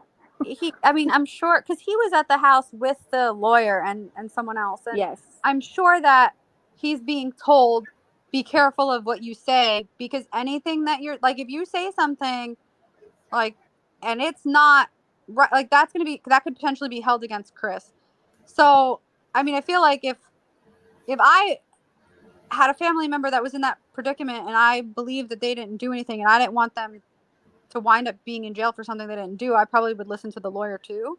Yeah, but I But know his I mean, butt got a I fake understand account. that like I with a missing child, I guess it's different. I'm just potentially, if they're not talking about, we already know no one's talking about Madalina, so it could be. I'm hoping that the only reason they're not saying anything is because they're being told don't do this, or it could hurt the investigation, and that's what they're listening because they're I hoping know. that will help. I'm I hoping that's the reason, and it's not like, well, we just don't care, right? I find it So interesting because I mean I know at least 6 of Chris's family members are in our Madalena group, And I know Chris's brother has 2 bunk accounts in a Madalina group, Mm-hmm. but yet none of them will say anything. They've posted flyers to all of their Facebook and stuff like They that. have. And they could. We would be nice to them. We would speak with them. We're not mean people. I mean, we listen. No, I just want a statement from them. And I mean, so I need to sit down sometimes and realize, but I'm nosy. And I am nosy by nature. I just want a statement of who Maddie was, what they're doing to find her, what they're doing. You know, I think that they owe that to the public. I do. You know, and There's they can so have many their people that want her found. They can have their lawyer proofread it if they want. But Maddie deserves something. Maddie She really deserves does. people to know that people are still She looking. deserves more than silence. Yes. I mean, maybe after the trial for the failure report, and after that's over, maybe they'll start to be able to speak out more. But if they're still really looking for her, and there's a potential bigger case, bigger threat type of thing, and they can't say anything, I don't feel like any of them, if they haven't spoken up already, I don't think they will until it is found out what happened to her. Like because why would you speak out all of a sudden if you haven't this whole time? If it's really to protect her in some way, I don't think that they're gonna, like, either they're gonna have to find her somewhere, find out that she's not alive, find out that she's somewhere, like they're gonna have to know what happened in order for them to speak out, I think. I'm sitting here looking over the laws too, and it looks like they're going to have to figure out what happened to get them any more time. Yeah. It's saying online that failure to report a child missing by a parent under the Kaylee Anthony law in North Carolina, the punishment is a Class 1 felony. Well, if you look up what the time carries in North Carolina on a Class 1 felony, unless what I'm looking at on Google here is outdated, it's saying 3 to 12 months. And of course, the penalties get worse the more they can tag on that. But unless they can prove neglect or abuse or, something like that, then it looks like you just get a slap on the wrist for something like this. Well, if that's the case, we're going to see her walking scot-free here in about a week or 2. Oh, geez. She didn't have any kind of trial or anything yet. So I still feel like they have to decide if she's guilty or not. Right? Like, I don't know how that works. They have to decide if they're going to charge her at this point or not, like what they're going to do. Right. The grand jury, when they meet, I don't know. I don't know how that works all the time. Are charged with it. She's just not found guilty or yet, right? Or is that? You know what? If I was the police, to look at the evidence. I would get someone in there with drugs, right? Smuggle them in, get them in, give them to her, and make her talk. You know what I also just remembered, which is interesting? They had a confidential informant in the cell with Chris, but not with her, or at least not that we know of, because there's no information about that. So why would they have one with him and not her? Or maybe they did have one with her and they found out information from her and we just don't know about it. That would make more sense. Why do one and not the other, especially not the one that's in jail still? Well, like, I mean, they would have probably done it at the same time, because I think that was March that they stopped doing the investigation with him. So, like, she's the actual mom. Not to say that being a step parent, you shouldn't have the same responsibilities and care or whatever. Like, there is a difference. You are being the biological mother versus the stepfather. How long had they been married before this, where he was in this position with Madalina, as a parent? 16, I think they got married. Yeah. I think they met or started talking in 2014, and then they got married in 2016. I mean, basically, he's been Madalina's father figure her whole life, But even if it was a year, it doesn't matter. Like, he's right. Like, if you have a child missing, you're still responsible. Even if, honestly, if you're a boyfriend, if you're supposed to see a child underneath your roof every night and you don't see them, you are obligated to report. You're just as responsible, But my thing is, like, for having the confidential informant, why not put one in the cell of the person that's being more difficult to find information from? The lawyer saying, like, oh, you have all this information. Chris has been cooperative. He's talked to the detectives. He's answered all of their questions. He's given them timelines. He's given them whatever it was. So he's cooperating, and you put a confidential informant in the cell with Chris. But then you wouldn't do that with Diana, who's not trying to give you information or giving you contradicting information. That wouldn't make any sense. So potentially they could have had one in with her, and we just don't know about it because maybe it is part of another investigation and they found out stuff that way. Right. And that would make sense. Because it would not make any sense to not put one in with her, since she was the one who was not wanting to give information. Mm-hmm. Yeah. Do we lose you, Alley Cat? Hello? We might have lost her. I'm not sure. I know Birdie had to jump down. She had kiddos. I'm back. Oh, yay. Sorry. But yeah, that would make sense. That would make complete sense. And I'm sure that there's a lot in this investigation that we don't know. There has to be. They've been so quiet about it. I haven't seen the new story. Had you all? I know, Jacqueline, you said I read through it. There's really nothing in there that's new. There. The only thing it was saying is a year from when she was seen on Lonesome Mountain Road, like December 4th of last year. It's like a 1 year recap. And then it said that locals were saying you don't really wind up on there unless you're trying to avoid construction traffic on 40. And then the one thing that I read there that I hadn't seen stated anywhere else was that I guess they had tried to contact Tennessee law enforcement. Yep. And they were never told about the case. Oh, wow. So and that's I mean, Tennessee's right there. Because I-40, I think the reason they asked, because from what I've read about trafficking cases, I think I-40, if I'm correct, now don't quote me, I think that goes through like east to west, and it goes from North Carolina into Tennessee, and there's a lot of trafficking in that area.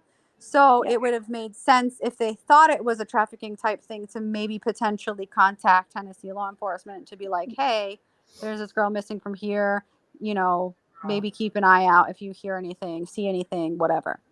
Plus, you've got, Tennessee's right there. So it's not, they aren't that far away from Tennessee. I mean, it's just right on the other side of the mountains right there. So I think that's the issue in a lot of these cases with these missing kids is there's nothing to communicate in between the states. And I know that's what a lot of people, that's, with their advocacy and stuff, that's what they that's the problem that they're trying to discuss and talk about. But I don't know what the solution is there, what kind of system they could come up with. But I do know there is major breakdown in between states. They have major communication there. Which also brings back the interesting thing. Now, I know it's still the same state. It's still North Carolina. But girl goes missing, was reported missing December 15th.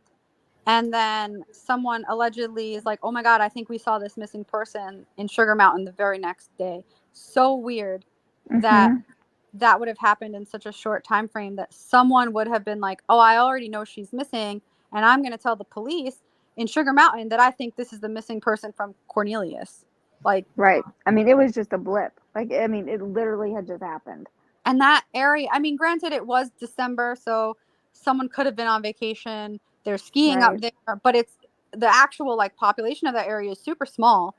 So who would have like been watching the one Charlotte news station to know that she was reported missing the day before, to then notice someone who looked like her in this Lowe's Foods in Sugar Mountain and report her, and then have Sugar Mountain PD contact Cornelius PD, and then you can see like the communication between them in that one like little screenshot snippet, right, where it's like, oh yeah, this is what we saw, and this is where why we were contacted from Sugar Mountain PD, and they sent us this photo, and then we talked to them again and got other photos and blah blah blah. It's just very weird that someone would have called in a tip the day after she went missing when hardly anyone knew she was missing. Bruh. I completely agree. Like, it would be one thing if it was like a bordering, like Huntersville, right next to Cornelius, or right next to each other, or even in Charlotte, maybe. Like, if someone in Charlotte, if someone in Huntersville, someone in Davidson, like someone in any of those areas said, oh, I think I saw Madalina, it would make more sense. But even still, there were not that many people that knew about it on December 15th, 16th. Mm-mm. Right. Unless you were in like that neighborhood. Right. Well, guys, I just realized that we're almost an hour and 40 minutes in, and I haven't even showed Maddie's face yet. Who put this out? Was this Cornelia? Yeah, this was Cornelia's PD, right? Did they do this every 6 months that they done this video? Yep, it was her 6-month video. It's so touching. Yeah, so I'm going to, if it's okay with you guys, I'm going to go ahead and play it because I know for sure a few people in my chat's probably never seen it because this is the first time I've ever done Maddie on my YouTube channel. So yeah, pretty sure they haven't. So I'm going to go ahead and mute myself and play this one.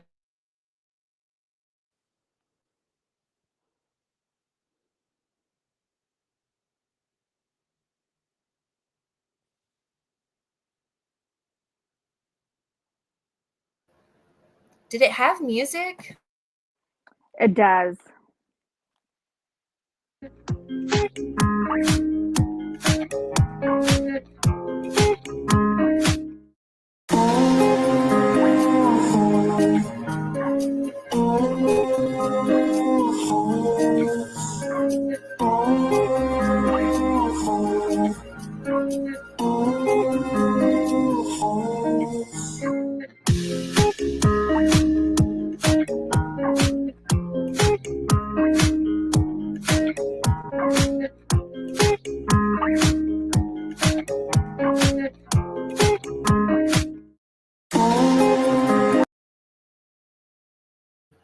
Oh, it gets me. I never thought we would be here. I really thought Madalina was the one case when it first come along. I thought, well, we'll find her soon. You know, we're going to know what happened here.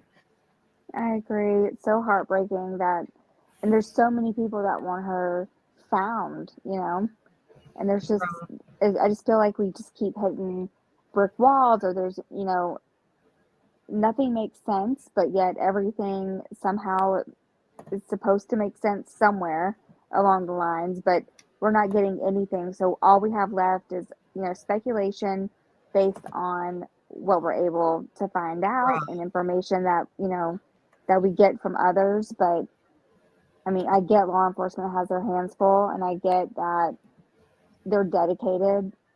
And I really do think that Cornelius Police Department does care and they do want to find her, but I just think they're so small that they don't really have the resources to find her. And I think that a lot of what happened in the beginning of the case, yes, it started out as a cold case. I get it. I totally understand. But I think a lot of balls were dropped in the beginning because they just didn't really know how to process or what to do. And I think there's just so many coincidences in this case that you just have to, I want to believe that they're following every single avenue possible. And it's just heartbreaking that we're still here and that we're still it doesn't wondering. feel that way because they're not saying anything. Right. And we just have speculation. And what breaks me the most, breaks my heart the most, is that I think about her teachers that she had, and I think about her classmates. You know, there's an empty desk. There was an empty desk all year long, and now one of their classmates isn't with them. You know, Madalina was supposed to be in the 7th grade this year, you know.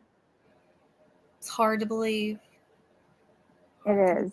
And to think that, you know, she was in 6th grade. Girls grow so much from 6th grade to 7th grade. I mean, Madalina could look so different based off of, like, we see her pictures here, but I mean, she could look like, you know, a young woman. Definitely, yeah, she's definitely maturing. At this age, they change a lot in a little amount of time. I feel they do anyways. I know my daughter did. Yeah. Absolutely. I also feel like a lot of the pictures that they've posted and used are older pictures of her too. So she's going to look completely different. Like her school picture, a lot, like she looks completely different. So much like older on the screen. Yep. Yeah, let's see what this one has in it here. This one was sent to me. I think Birdie sent this one.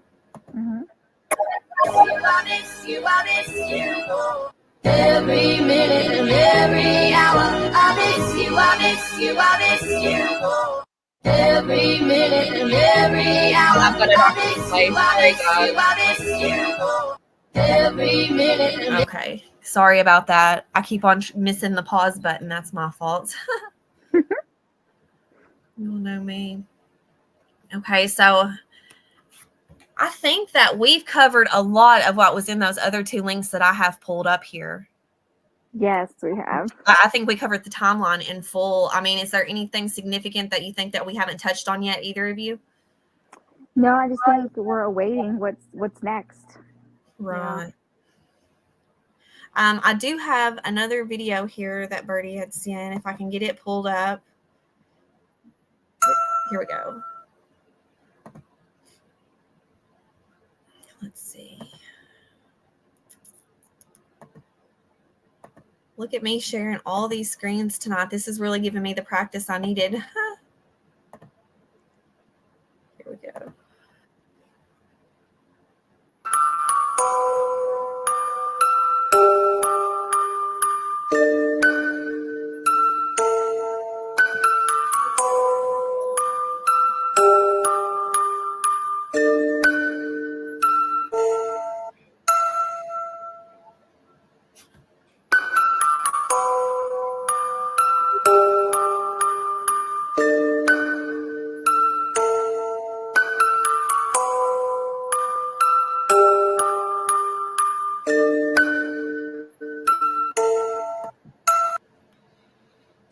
She looks for like a well cared for child. It always blows my mind. You know, she's not a Summer Wells or even a Harmony Montgomery. No. So different. It's so different. And Chris and Diana, they're also so different than, you know, some of what we see. You just never know. It's just it's so sad.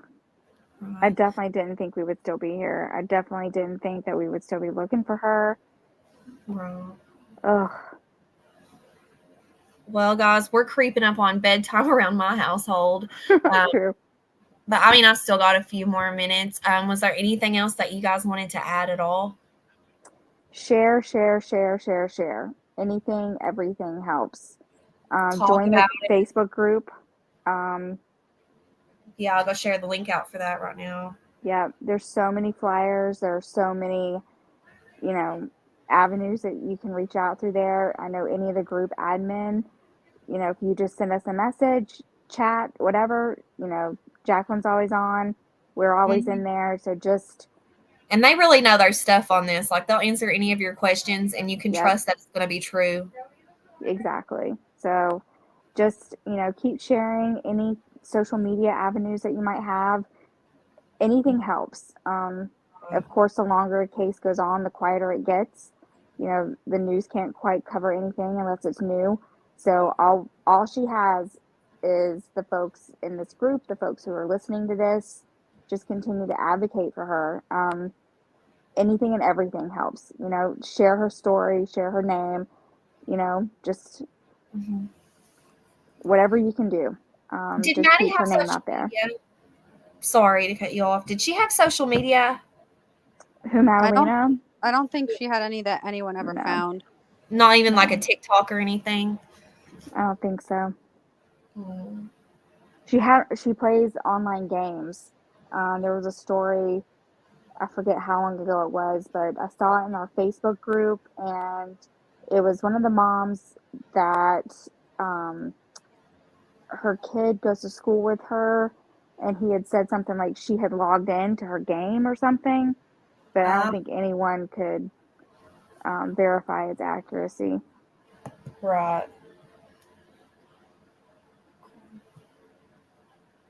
Jacqueline, was there anything that we haven't touched on that you feel that is important, or anything that you want to say before we wrap it up with the News Nation video?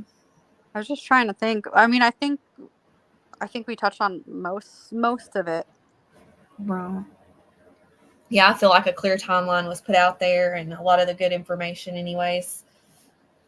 And if any of Maddie's family on Chris's side, Diana's side, whoever happens to be listening to this, you all can always reach out to us in our Facebook group. If you don't want us to say we spoke to you, we won't. We just have a few questions. You know, we're just trying to get a better understanding of what happened so that we can continue to carry on her story so that people don't quit talking about her. you know, because that's a damn shame. Nobody's talking, and more people should be. Yeah, I Totally think agree. that's probably one of the biggest issues is that everyone is so quiet because usually in most missing children cases, it's parents or family that are looking for their kids and they keep going on the news or going on Facebook or whatever media, like whatever outlet they can use, and they get on there and they're advocating for that missing child, whereas she doesn't have anyone doing that for her. Whether or not they're being told to stay quiet for whatever reason, that's making it that nobody's doing it for her. And so it's just really quiet and nobody's hearing about it besides, Facebook groups that are made by other people who aren't directly related to her. Agreed. Yeah, Loves Alert said that she played a horse game in Roblox, so nothing really to dig on social media on Maddie. But okay, well, if you guys don't have anything else to touch on, what I was going to do, if nobody has any questions or anything, is News Nation done a really good, I think it's almost 24-minute video. And I thought I would play it on here just because I haven't watched it in its entirety and I was going to anyway. So I thought I would wrap up that way. But nobody feel pressured to stay for it or anything. And Jacqueline, I really thank you coming up here tonight. You're one of the experts I consider, or what I consider an expert in this case. I know anytime I have a question, I'm always looking to get an answer from something that's asked your way or Allie's way or Birdie's way. So you three know just about everything there is on that. And I really appreciate you coming up here because I couldn't have carried a lot this long without it or had this much information. And same to you, Allie, because I know you're not feeling well, and I really appreciate that. Anything for Maddie, that's for sure. We appreciate you always. Yeah, I'm just glad that you're doing this to get more people, hearing I put about it off for so long, but yeah. Well, thanks so much, guys, and I can't wait to watch the video. Okay, I will pull it up eventually. It's on here, and I know it is. It's News Nation. Oh, I know where I had it. I had it in my folder here.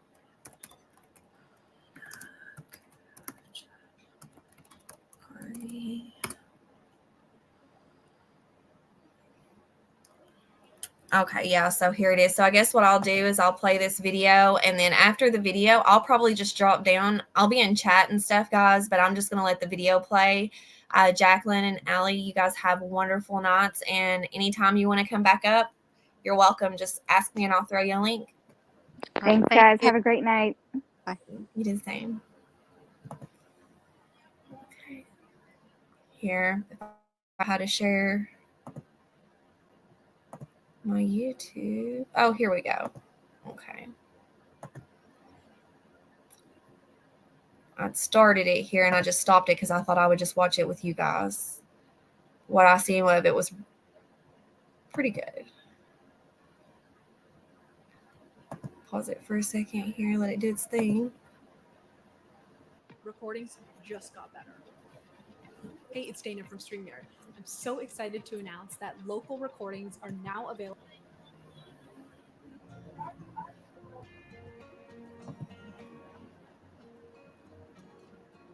I'm going to fast forward it a little bit from what I can remember. It takes a minute to start, I think.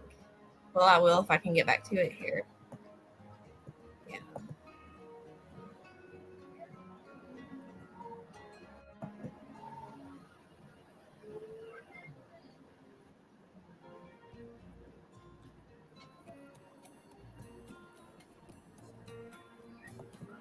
There we go. I'm Marnie Hughes, and this is Missing on News Nation. Each week, we focus on a missing person case from across the country, taking you behind the headlines. Every missing person matters, no matter their background, their past, their race, or their circumstances. They are missed by their family and their friends, their community, and sometimes by complete strangers. It is our mission to bring these cases to light with the hope of finding answers and sometimes offering closure.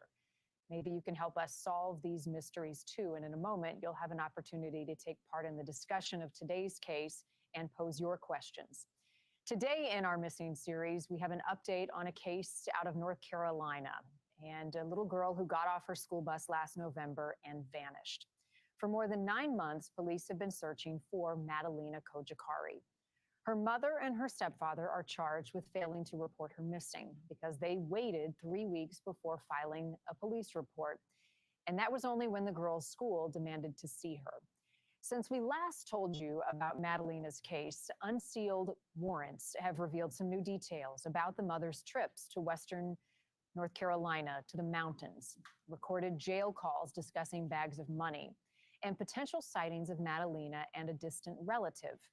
All of this as the girl's grandmother makes some bombshell allegations involving child trafficking, and her stepfather has been released on bond. Here's Nicole Burley with Madalina's case. New video of Madalina Cojocari, the latest effort by Cornelius Police to keep the case on people's minds. Anything and everything we can do to draw attention to this case so that we can hopefully find the information that we need to lead us to her. In an exclusive interview with News Nation, the police chief talking about the efforts to bring Madalina home. I can say with confidence that we have followed up on hundreds of leads and spent thousands of man hours. It's been more than 9 months since these last images of Madalina getting off her school bus November 21st. Police say Diana Cojocari told them she last saw her daughter at their home on Wednesday night, November 23rd. Diana and her husband, Christopher Palmer, had an argument, and he drove to his family's home in Michigan. When Diana went to check on Madalina on Thanksgiving morning, she wasn't there. A backpack of clothing and some of her favorite toys also gone. Both parents face charges for not reporting her missing for 3 weeks. Now, 2 conflicting theories are emerging about what happened to the girl. The attorney for Christopher Palmer says his client has cooperated with police and believes the girl is being hidden away by her mother. He believed that Diana had taken Madalina somewhere up into the mountains. He tells detectives specifically that he believes Diana took her somewhere and that she is safe. The reason, Palmer says Diana believed he put Madalina in danger by naming her as a beneficiary on an investment account. In these interviews that Chris gave to the police, he's adamant that he does not believe that Diana harmed Madalina. He believes that Diana fervently believes that Madalina is in danger from some unknown third party. I stayed at Purdue Global because it was really easy to try to balance classes, writing papers, being a mom, being a full-time employee. I could still balance my personal life. That's my comeback. Start yours at purdueglobal.edu.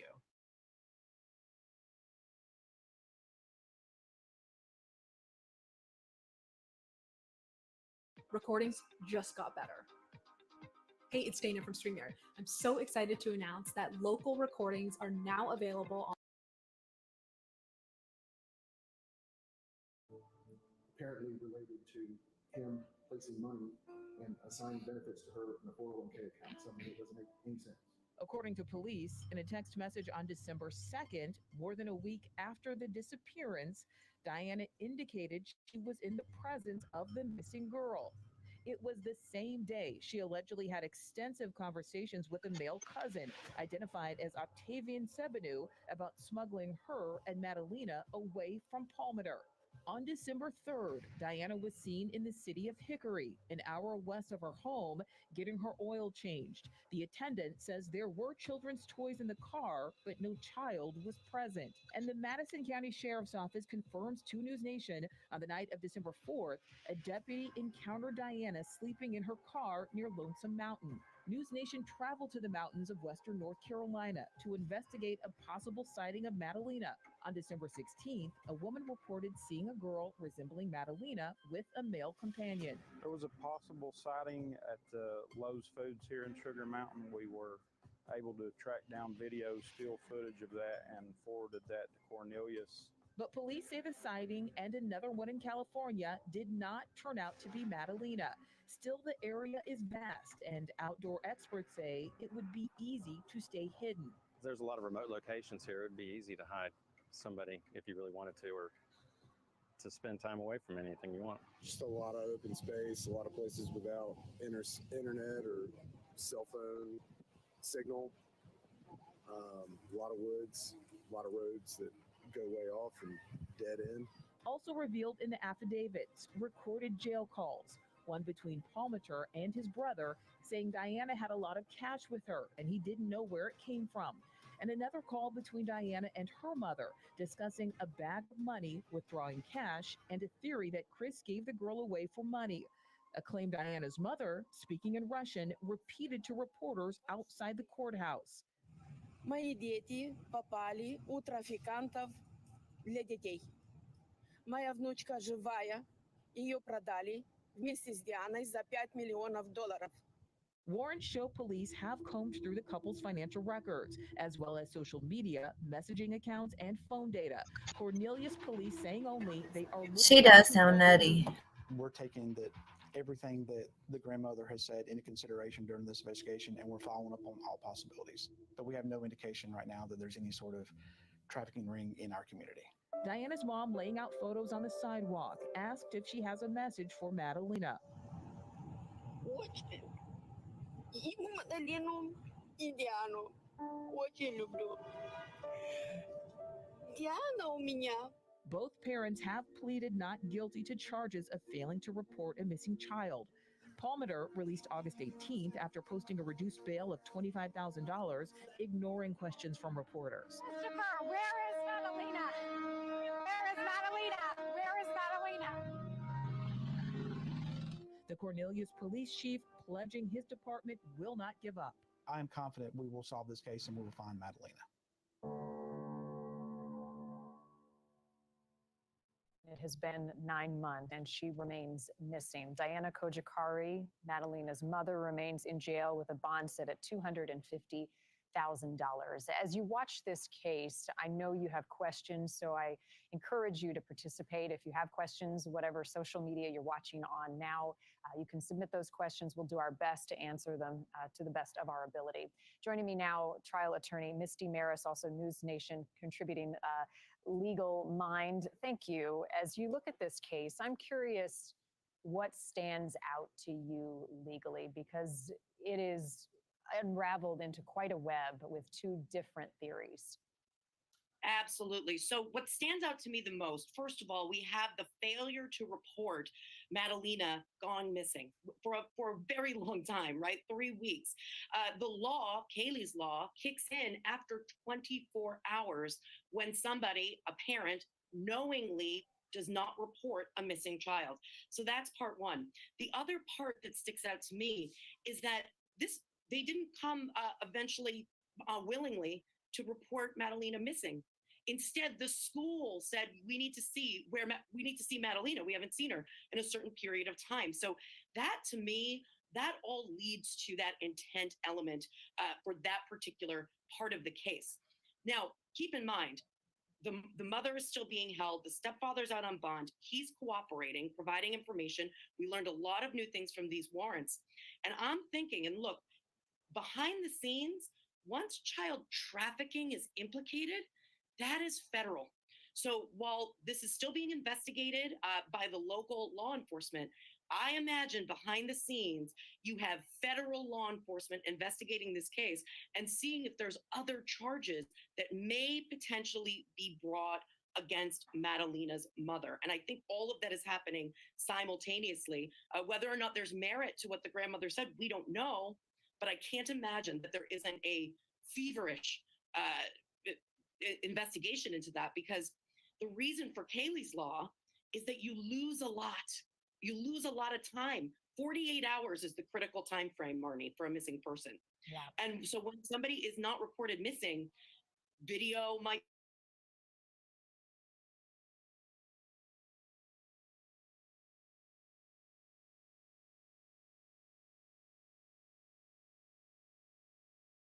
raised potential witnesses who could give an idea of where somebody was last seen. All of that can be lost. That's the reasoning behind the law. And so in this particular case, I think that law enforcement is really working on that investigation to establish what happened and possibly bring more charges. Right. And so at this point, you've got a little girl who hasn't been seen. You've got two people who were last responsible for her who have conflicting stories.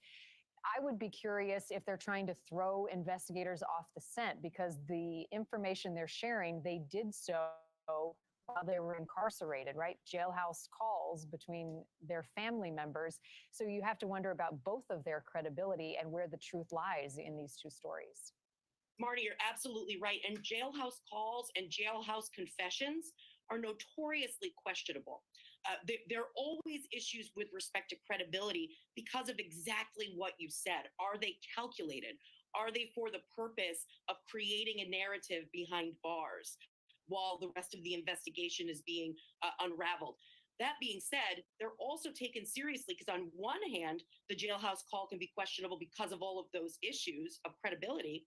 But on the other hand, it could be that these jailhouse calls, meetings with family members, they're not on guard at the moment. They think they're having private conversations, even though it is disclosed in every jail, in every prison, that those calls are recorded and those calls are fair game. Oftentimes, when those meetings are happening, when they're speaking to family members from behind bars, they're not on their A game. They're making statements that they might not be in their best interest, and that's why the calls are recorded, for one thing, in order to assess whether or not there's evidence relating to another crime. So yes, they are scrutinized, but they're valuable as well. Right. And if you are the defense team for mom, Diana Cojocari, are you concerned that Chris Palmer was released on bond, that his bond was reduced and he's on an ankle monitor and she's still behind bars? Definitely, because in that situation, and we heard it from his lawyer's statement, he's obviously cooperating, right? He's cooperating with prosecutors. He's giving a narrative. He's telling a story. And I hate hearing her called mom.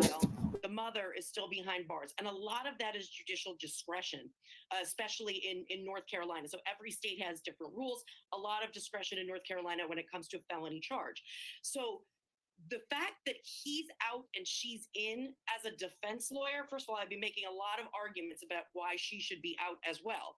But on the flip side, as a defense lawyer, your guard goes up because you think there's more to this, right? It's not just this charge. There's more under that layer as part of the investigation. And so I would imagine her lawyers are keying up to see when is the shoe going to drop, right? What's the next step? And that would be the signal from this particular situation where one person is out on a relatively low bond that was actually reduced and the other person no bail. So it's really a sign for sure. And why would you argue she should be out? What's her defense? I would argue right from the get-go that this is, you really can't be held for more than 120 days under the law. And I would argue, based on the North Carolina law, that she's not a threat to the public. This is what matters for bail, right? Not a threat to the public and not a flight risk. Those are the two main factors. So you would ankle monitoring, you would say there's other less aggressive means of keeping her in the country and she's not a threat to anybody. She has one criminal charge, I believe, a felony drug conviction, or a felony drug charge that was dismissed. So she doesn't have a felony record. And the drug charge isn't related to the charge she's currently being held on. So those are all the arguments you would make. I imagine because she'd been communicating, and that one email where she says, smuggle me and Madalina out of the country, that's probably what's being used by prosecutors to hold her, because that is flight risk, that the alarms are going off from a flight risk perspective, that's something that she might have the capability to do. I have a few questions from viewers, and I think I might be able to answer some of them, Misty, and then I have another legal question for you. One of our viewers, Harper 2.0 on Twitter, is asking if it was proved that Madalina was seen or not seen with Octavian, who is the family cousin, on Sugar Mountain in December. And I can tell you that we talked to police in that area of Sugar Mountain.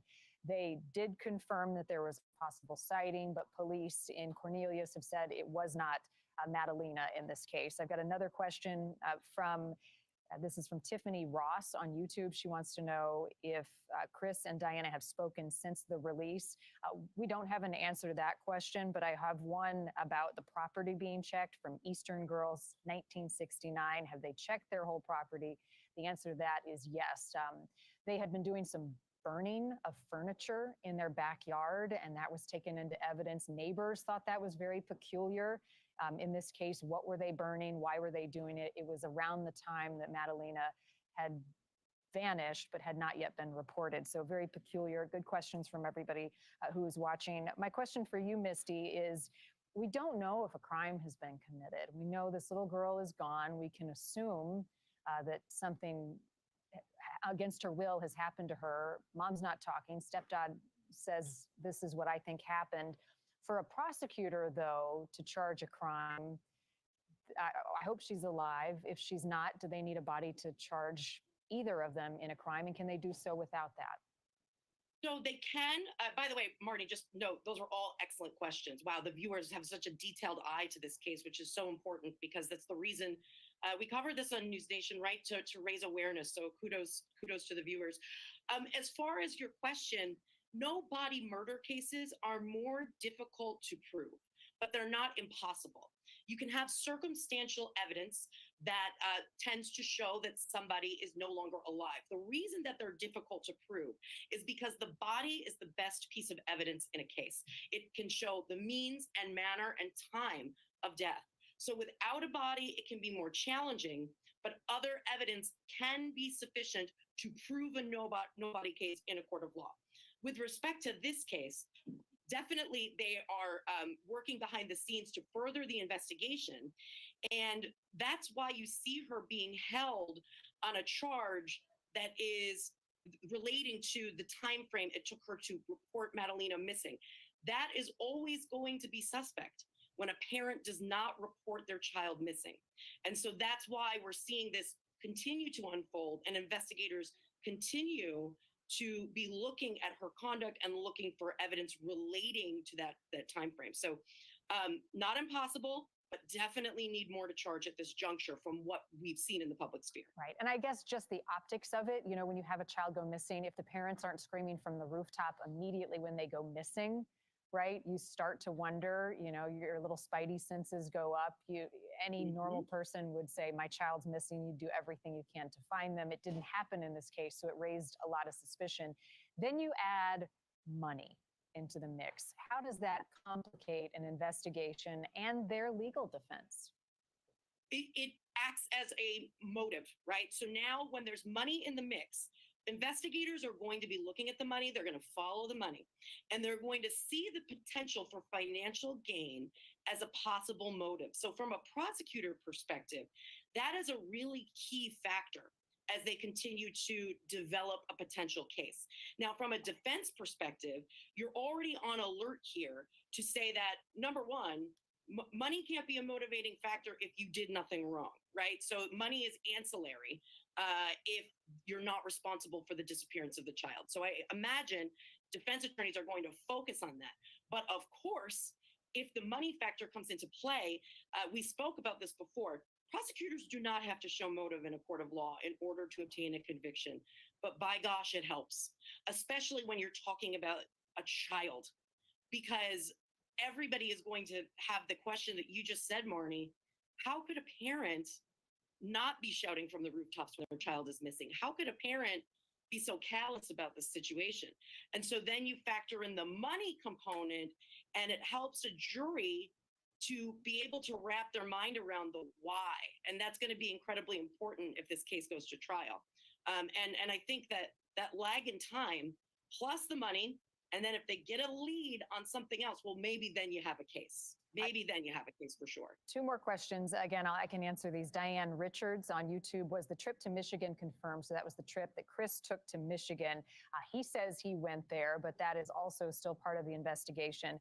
Mind of Monsters on YouTube is asking, was there any stoplight cameras or street cameras at all in the area, or the footage near where these sightings happened? Again, police are saying it wasn't her. These were possible sightings, but they have confirmed that Madalina Cojocari was in the area, and we have those side-by-side selfies of her up in the Sugar Mountain area around the same time that Madalina disappeared.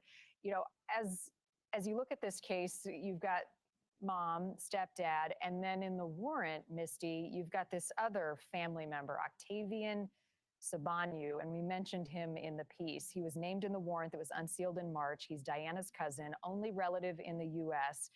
He has been questioned by police. Diana says that she's had extensive communication with him about smuggling her and Madalina away from Palmater, but he has not been charged. He is not listed as a person of interest, yet he's in these court documents. Anything significant about that?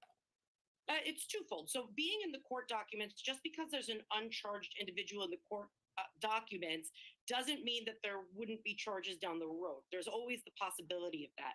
It could also mean that law enforcement has been in contact or that there's some kind of cooperating witness.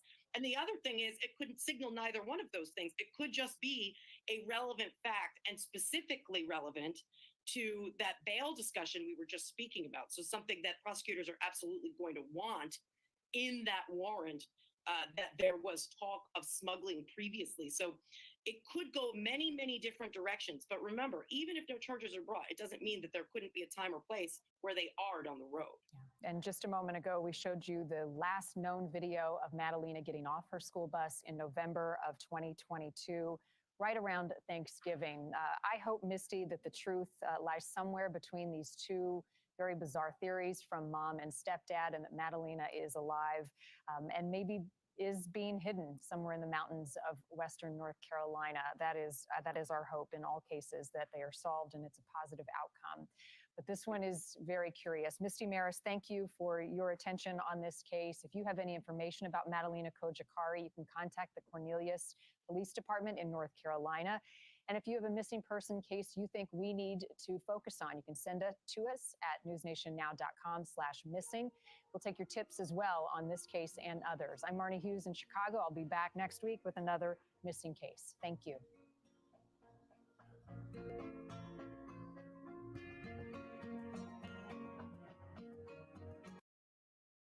No, Tanya got one.